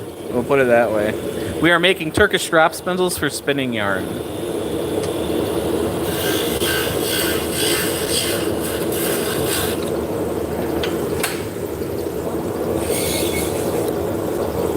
So we're turning hard maple on the lathe.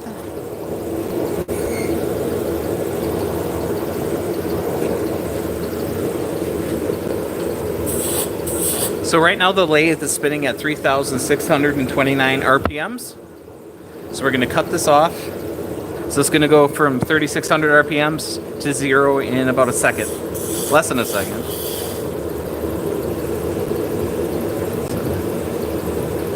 It's about ready to go. I don't know if you can see.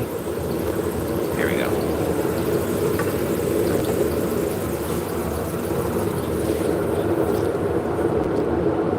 So I cut the arms out on the scroll saw. So this is ready for sanding and balancing.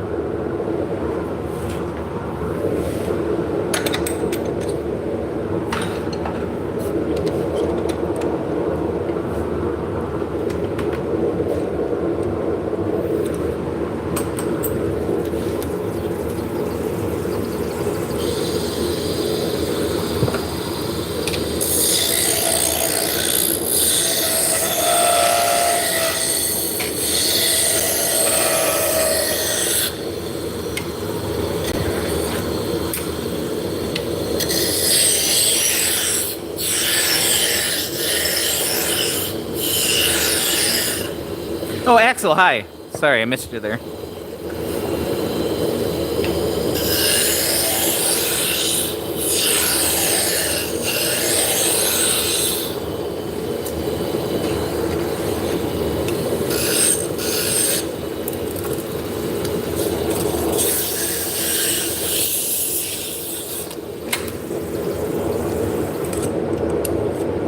So I do a bunch of other things as well. But as far as streaming goes, it's just really easy to put a camera right here and a camera on the scroll saw.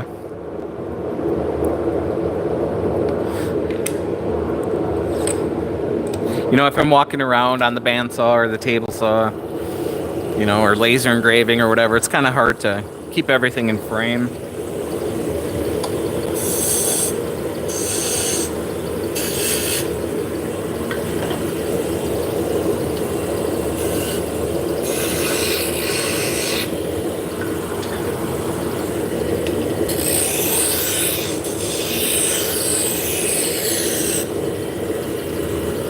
Howdy.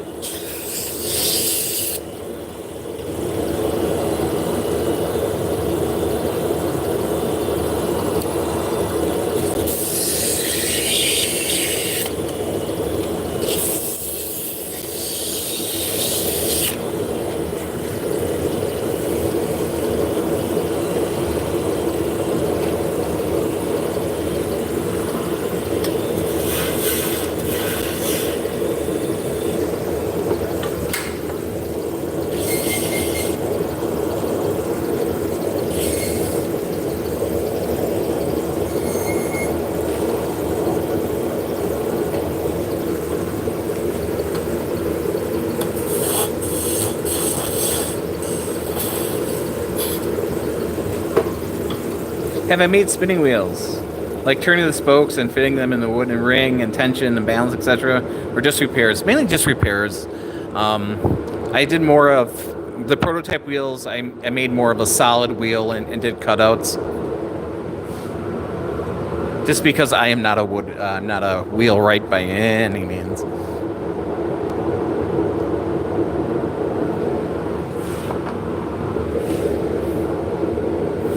Yeah, this is paste wax. I have used beeswax mixed with a little bit of mineral oil. That also works well. No, it is not easy. Hello, Nugget. If you're brave enough, anything can be a chopstick.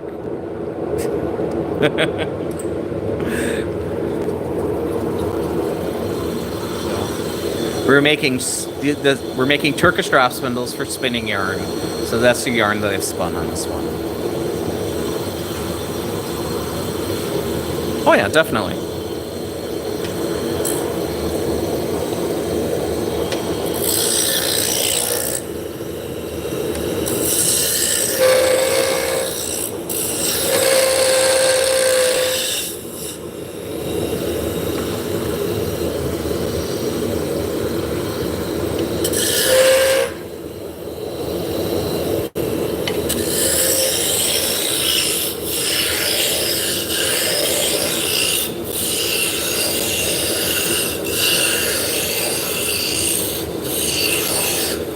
They're called drop spindles, and they're used to spin yarn.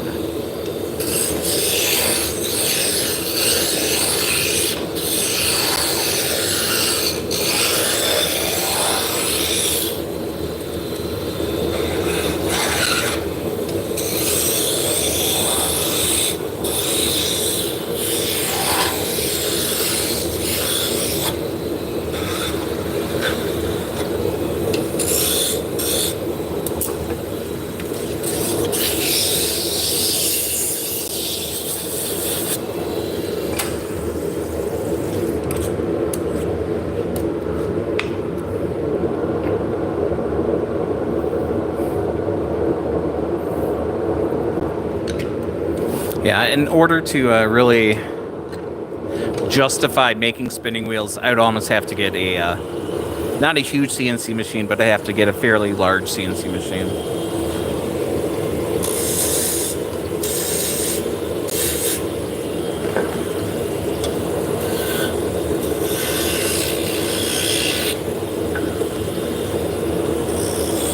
Absolutely.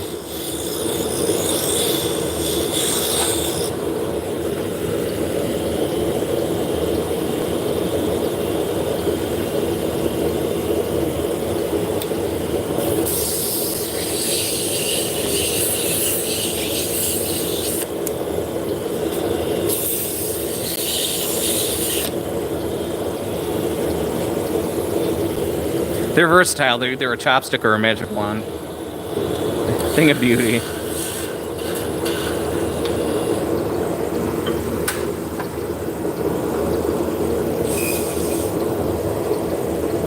I need to find a better place for my sign. Just to have a mount or something.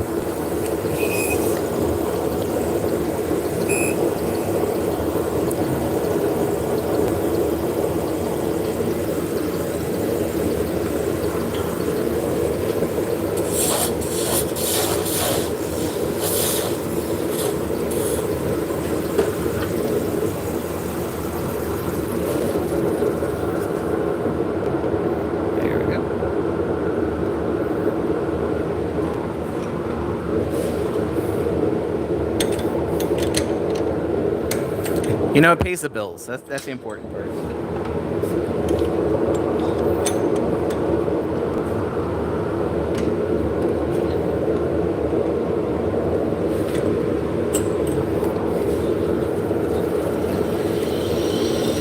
So yeah, come July, I'm gonna start making some holiday things, some holiday craft type stuff, and then run, you know, videos with patterns on that Christmas stuff, and then try to get into a couple local holiday fair type things.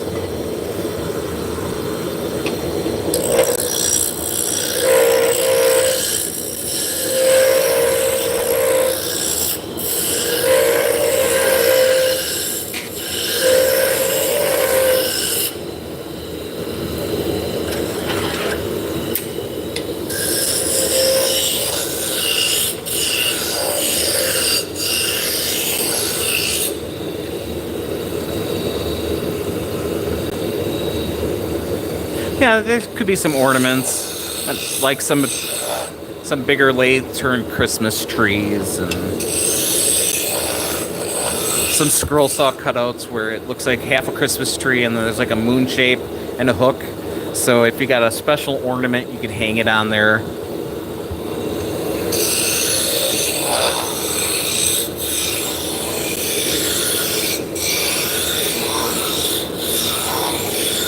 Maybe we'll make some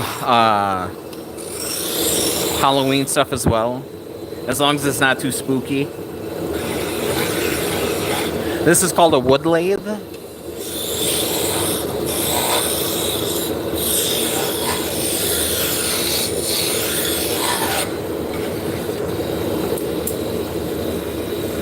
I am in America. I am in Wisconsin. That's why I have this outrageous Midwestern accent.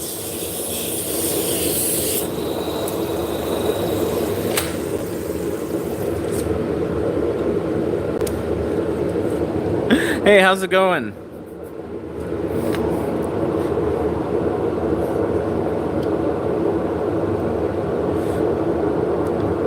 So Ringo, are you left-handed?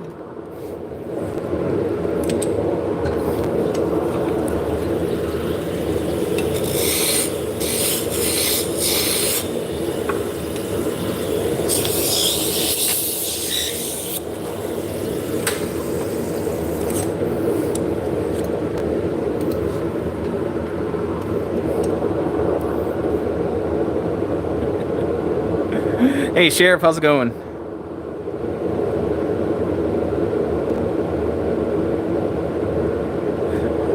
So the lathe is a Laguna Revo 1216. So it's their MIDI size lathe.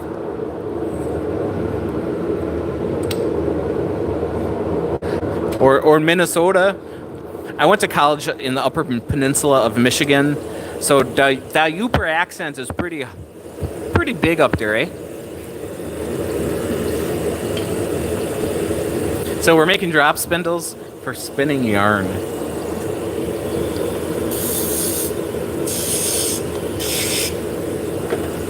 So we're turning shafts out of hard maple.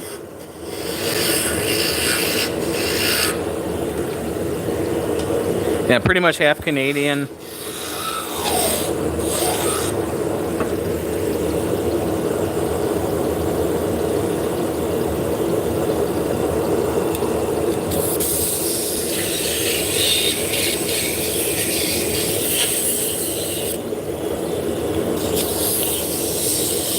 So where I went to college, up in Upper Michigan, was very Finnish.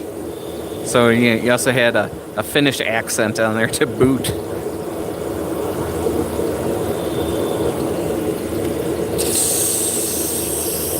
Oh, that's okay. I didn't have that up all the time.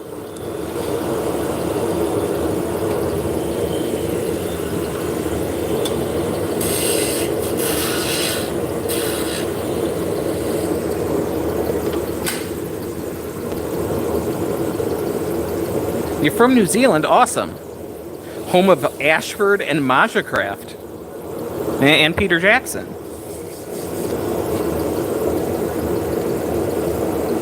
Oh, it was very hard to understand, especially after they had a couple drinks in them.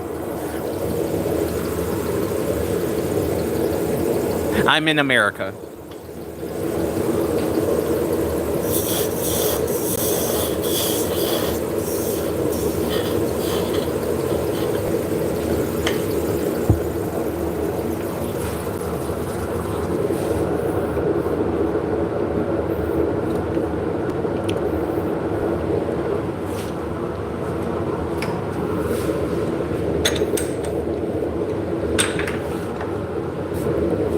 Hey, I appreciate it. Yeah, Peter Jackson. He actually filmed Lord of the Rings in a local river. Me and our friends always go swimming in after school. Oh, that's sweet. I don't have any peanut butter or jelly.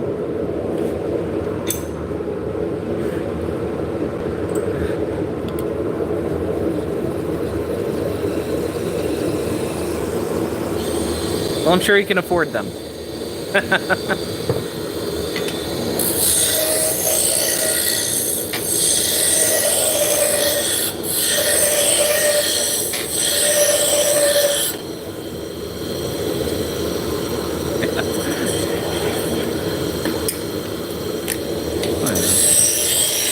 I'm very happy that I'm able to do this for a living.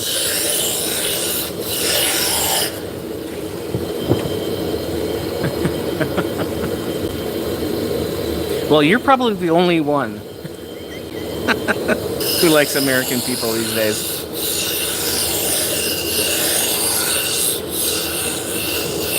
Yeah, going to Australia and New Zealand is on my bucket list.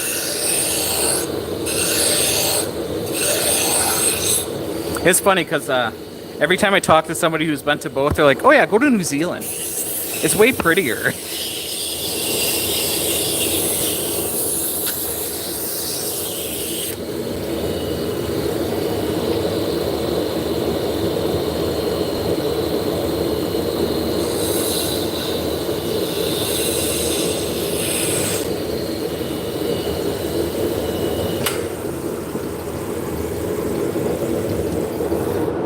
Well, you can't just go out and buy a Scud missile. You know, you gotta make your own apparently. Gotta sand that a little bit more. These are actually more than likely going to be inventory for for a few fiber shows that are coming up with. I do have some wholesale stuff drying right now, but I don't do a lot of wholesaling anymore.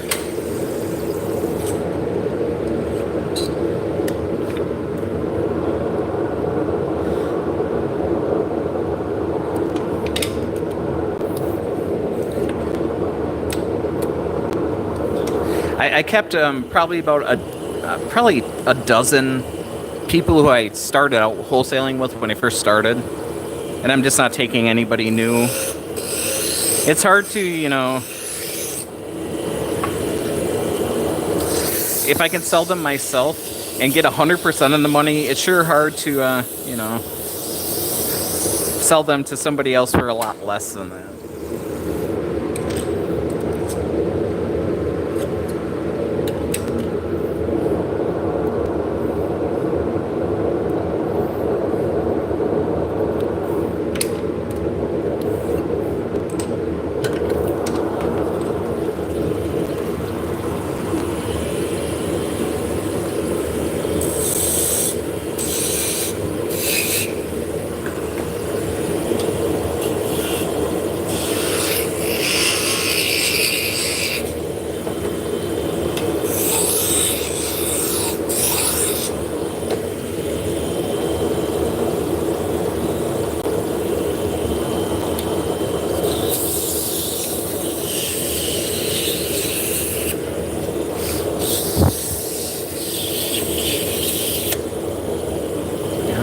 I'd like to appreciate you guys for being here, hanging out.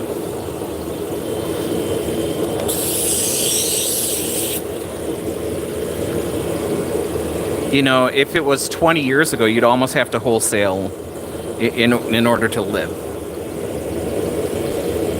All right, get some sleep. Yeah, it's 6 p.m. here. I don't know why I'm still working. Get some sleep. Have a great night.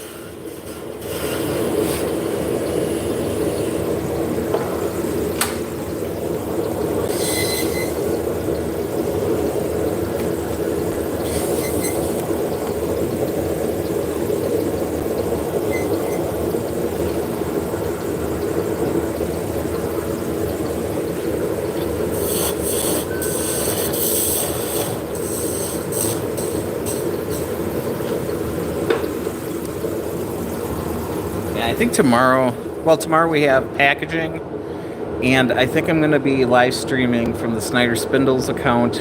Not vertical, it's going to be horizontal, so we can use all the webcams. What? No packaging tomorrow because it is Juneteenth. So I guess we could. So I made the top roll for nothing?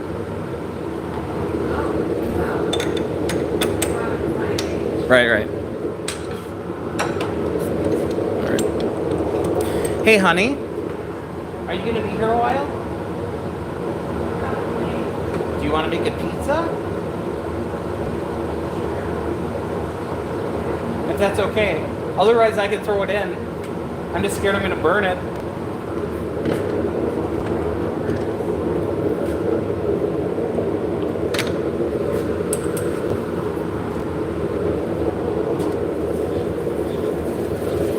I'm such a meanie asking the girlfriend to make a pizza.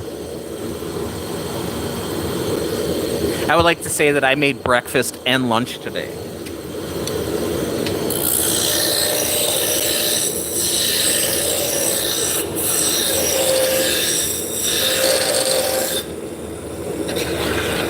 And actually, lunch was dinner from yesterday that I made.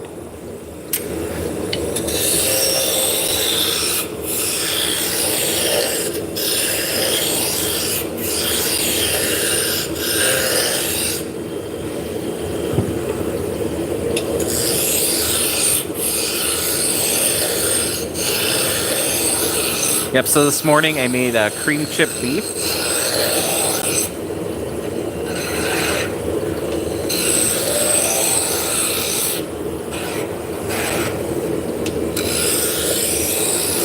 which is something we don't eat a heck of a lot of anymore.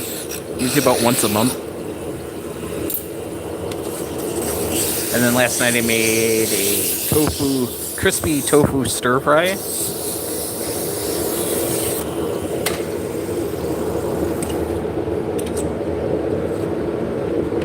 I splurged and bought little baby corn for it.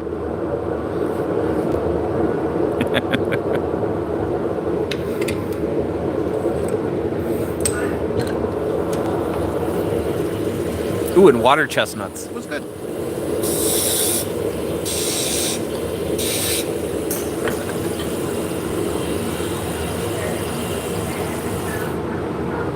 What's that? Okay, look at it. Do you want to talk?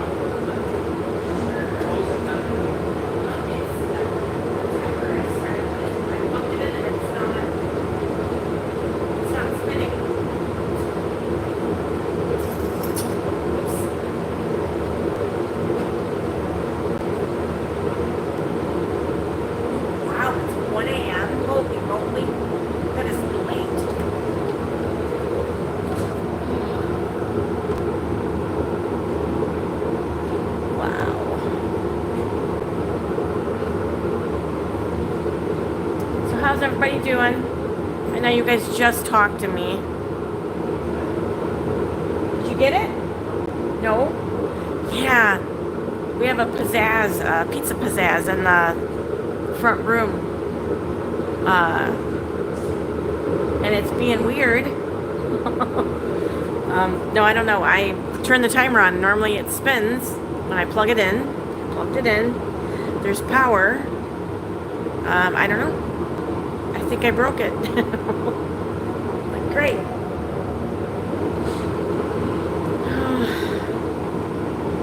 Man, if it's not one thing, it's another.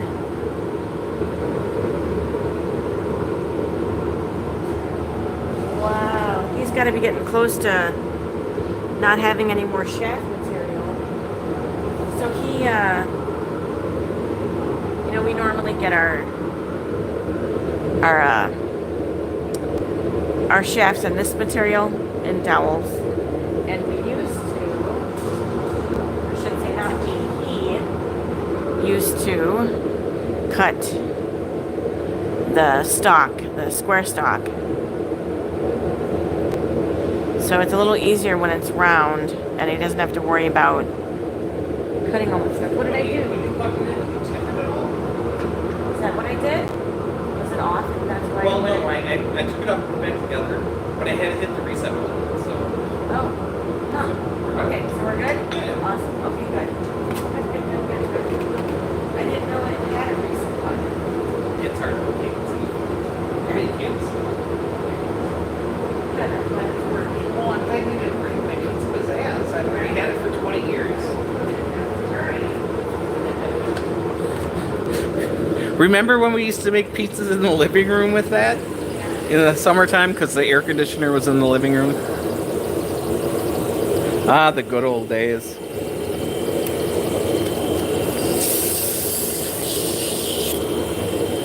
Alright.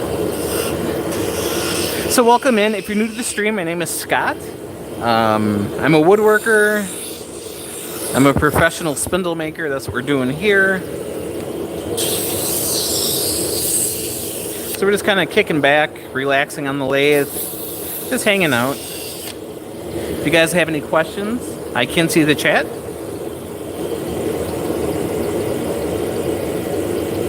Ah, the famous gravity-assisted Belgian spinning utensil. That'll work.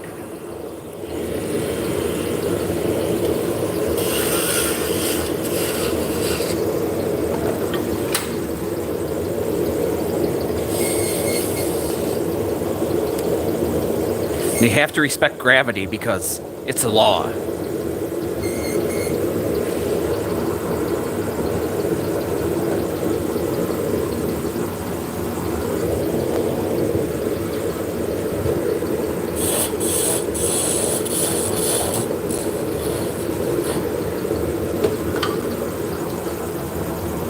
Alright, so this is a standard Turkish. So this is 5/8 inch cherry. spindles in 2 different pieces. The arm slipped through. So when you're done, you can pull the shaft out, and these arms come apart, and then you have a center pull ball. So a lot of other spindles, you have to wind it onto something else to use the spindle again. No batteries required. I did used to make some with Bluetooth fidget spinners that I use for the whirl. That did take a battery. And it would light up, and then it had a speaker, so I'd like play like a Flight of the Valkyrie on it. Dun dun dun dun dun dun. It was awesome.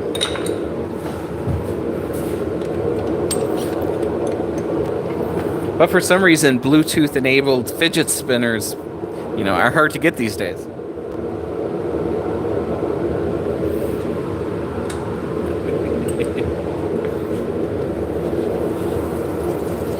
Exactamundo.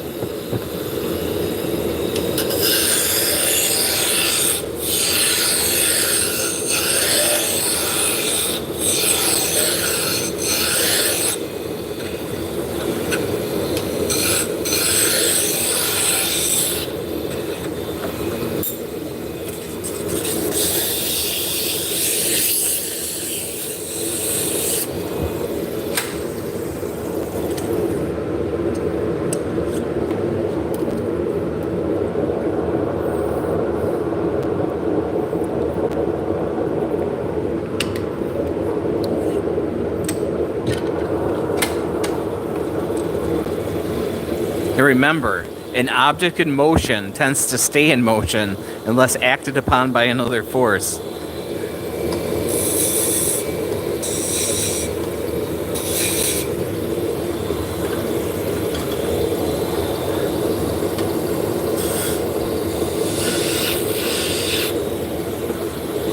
And the only reason I know Newton's 3 laws of motion is my 8th grade science teacher forced you to write out Newton's 3 laws of motion in order to use the bathroom. He was a prick. Yep, have a good one, Bebop.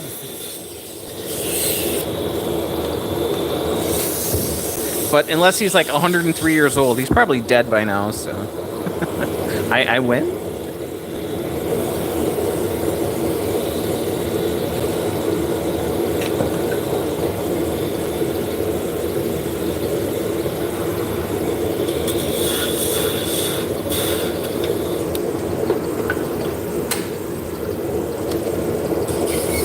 All right, we're going to make one more 8-inch shaft.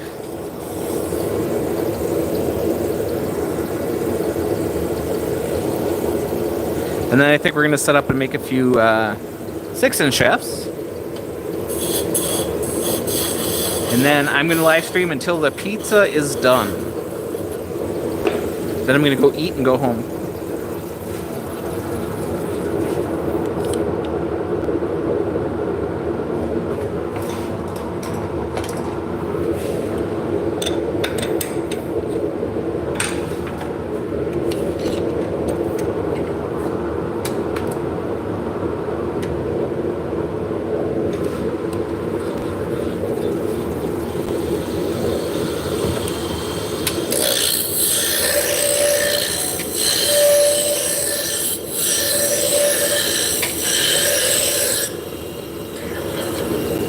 So I am wearing earplugs that also have speakers in them.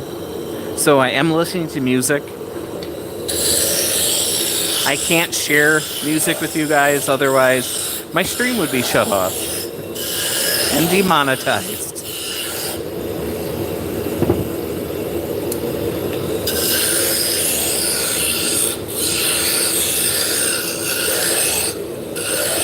So a few years ago, I thought I found a loophole.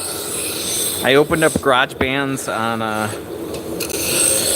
my phone and I recorded a song. So it's all like free to use. And then I got hit with infringement from one of those music companies where you can publish your music with them. So I actually fought that and I won, but it was just like such a pain in the butt.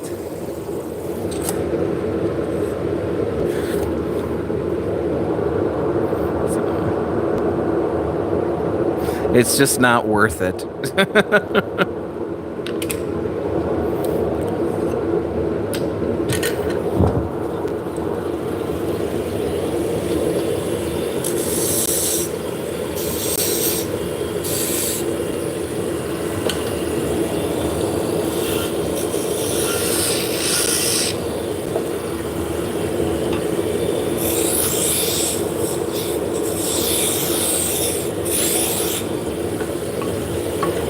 Wow, we're a real quiet bunch, which is all right.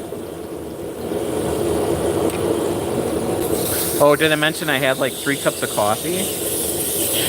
We are making Turkish drop spindles that are used to spin yarn. We are making the shafts for them out of hard maple.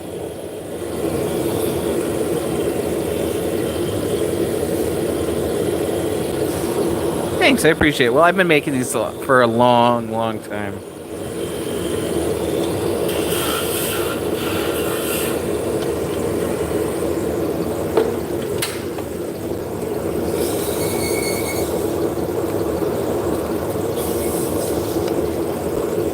Yeah, I think I got the process pretty dialed in.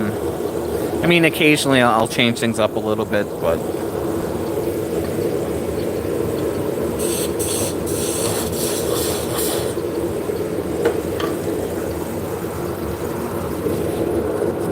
So it does definitely feel like I'm just knocking them out. Hello, Ricardo. How's it going?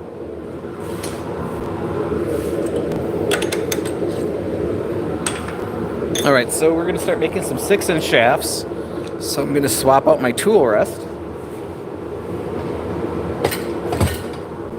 So I'm just going to take the whole banjo off.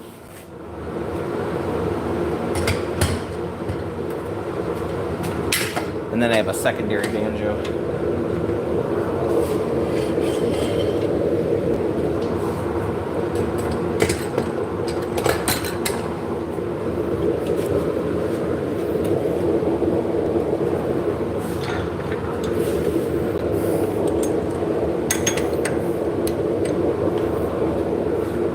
So the last tool rest was 12 inches. This is an 8-inch tool rest.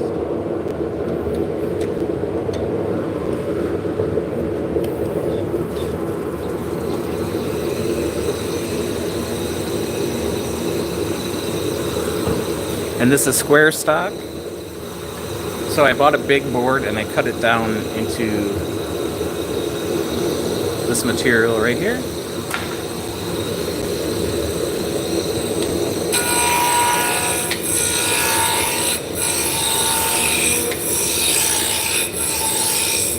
So the first thing we're going to do is change it from a square into a cylinder.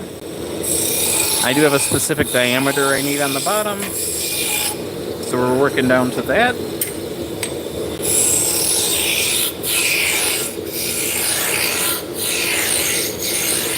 So I'm using the roughing gouge to get the basic shape in. Then I'm going to switch to a spindle gouge. We're just going to keep refining the shape.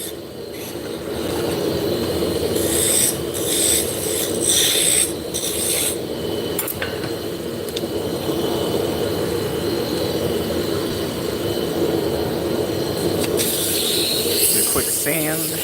All right. So this is my test whirl. I'm going to put it on. Make sure we get a good... You can see I'm turning the lathe. So I know we got a good wedge shape in there. Everything's interlocking. This is a story stick. I'm just transferring my lines over.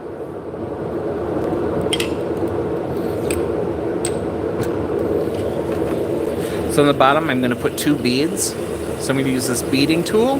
This is a V shape.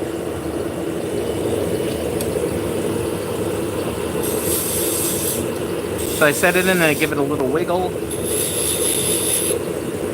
The wiggle is to prevent it from chattering, so vibrating. Otherwise, there'd be a bunch of lines on it. I don't want that. I'm going to grab my skew. I'm going to mark in where the top of the finial is and where the bottom is. Then I'm going to define the diameter under the finial.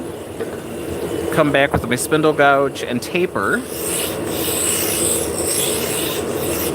So this is just a series of tapers. So in between the beads, we're going to burn in some lines. Turn the speed down and we're going to sand it. Starting with a medium grit. Moving to a fine grit. Turn the speed back up.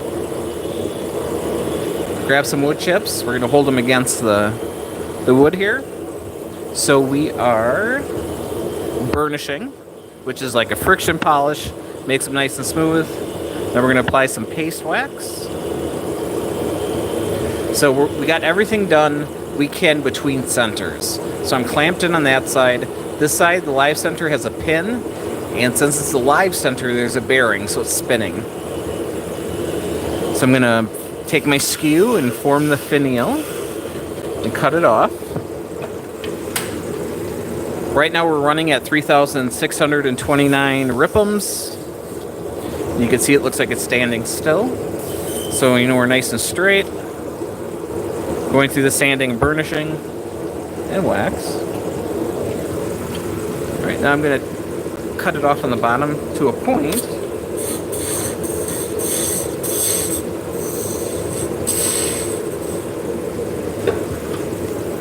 There we go, there's a 6-inch shaft.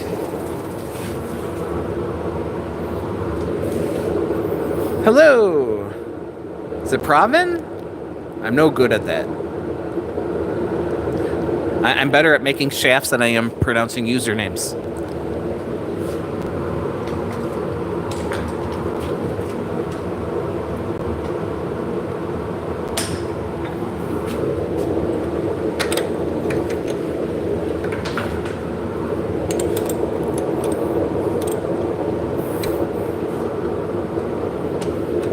Alright, I think we're going to do one more, and then I'm going to call it a stream.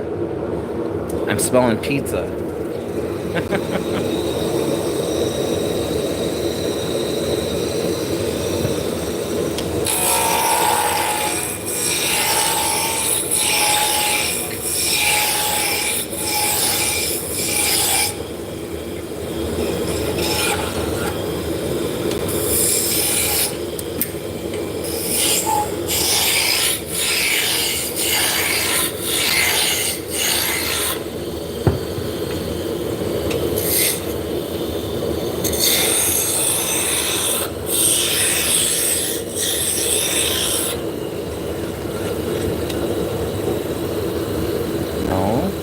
Go in there.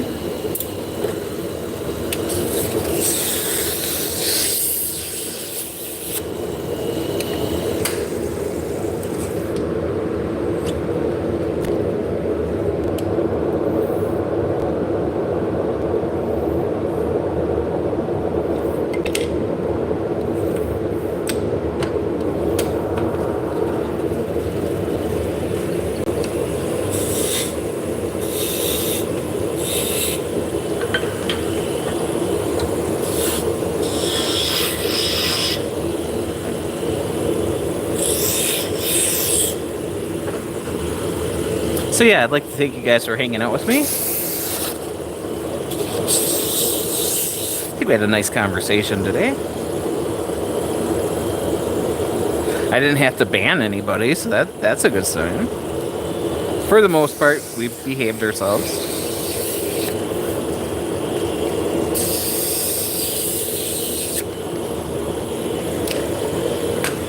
Man, I keep sucking up my paper.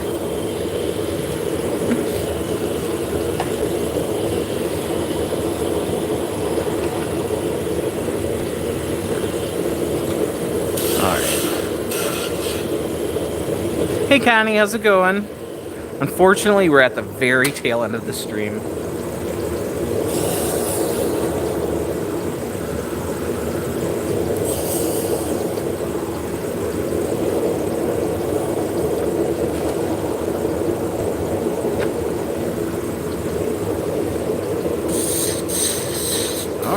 There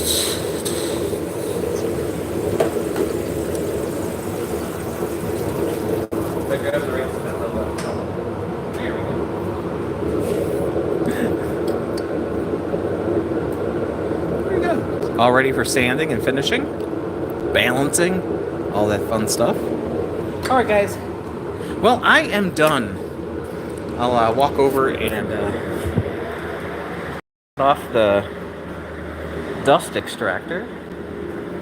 So yeah, so the hose goes all the way to here, goes over to the next room.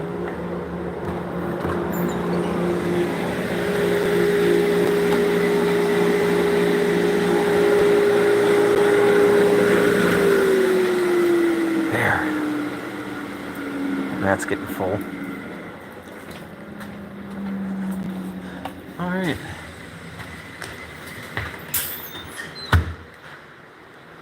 I think we did good today. Got a bunch done. Hey Oscar, how's it going? All right guys, we're gonna call it a stream. Thank you so much for hanging out with me, and I'll catch you next time. Have a super day. Food.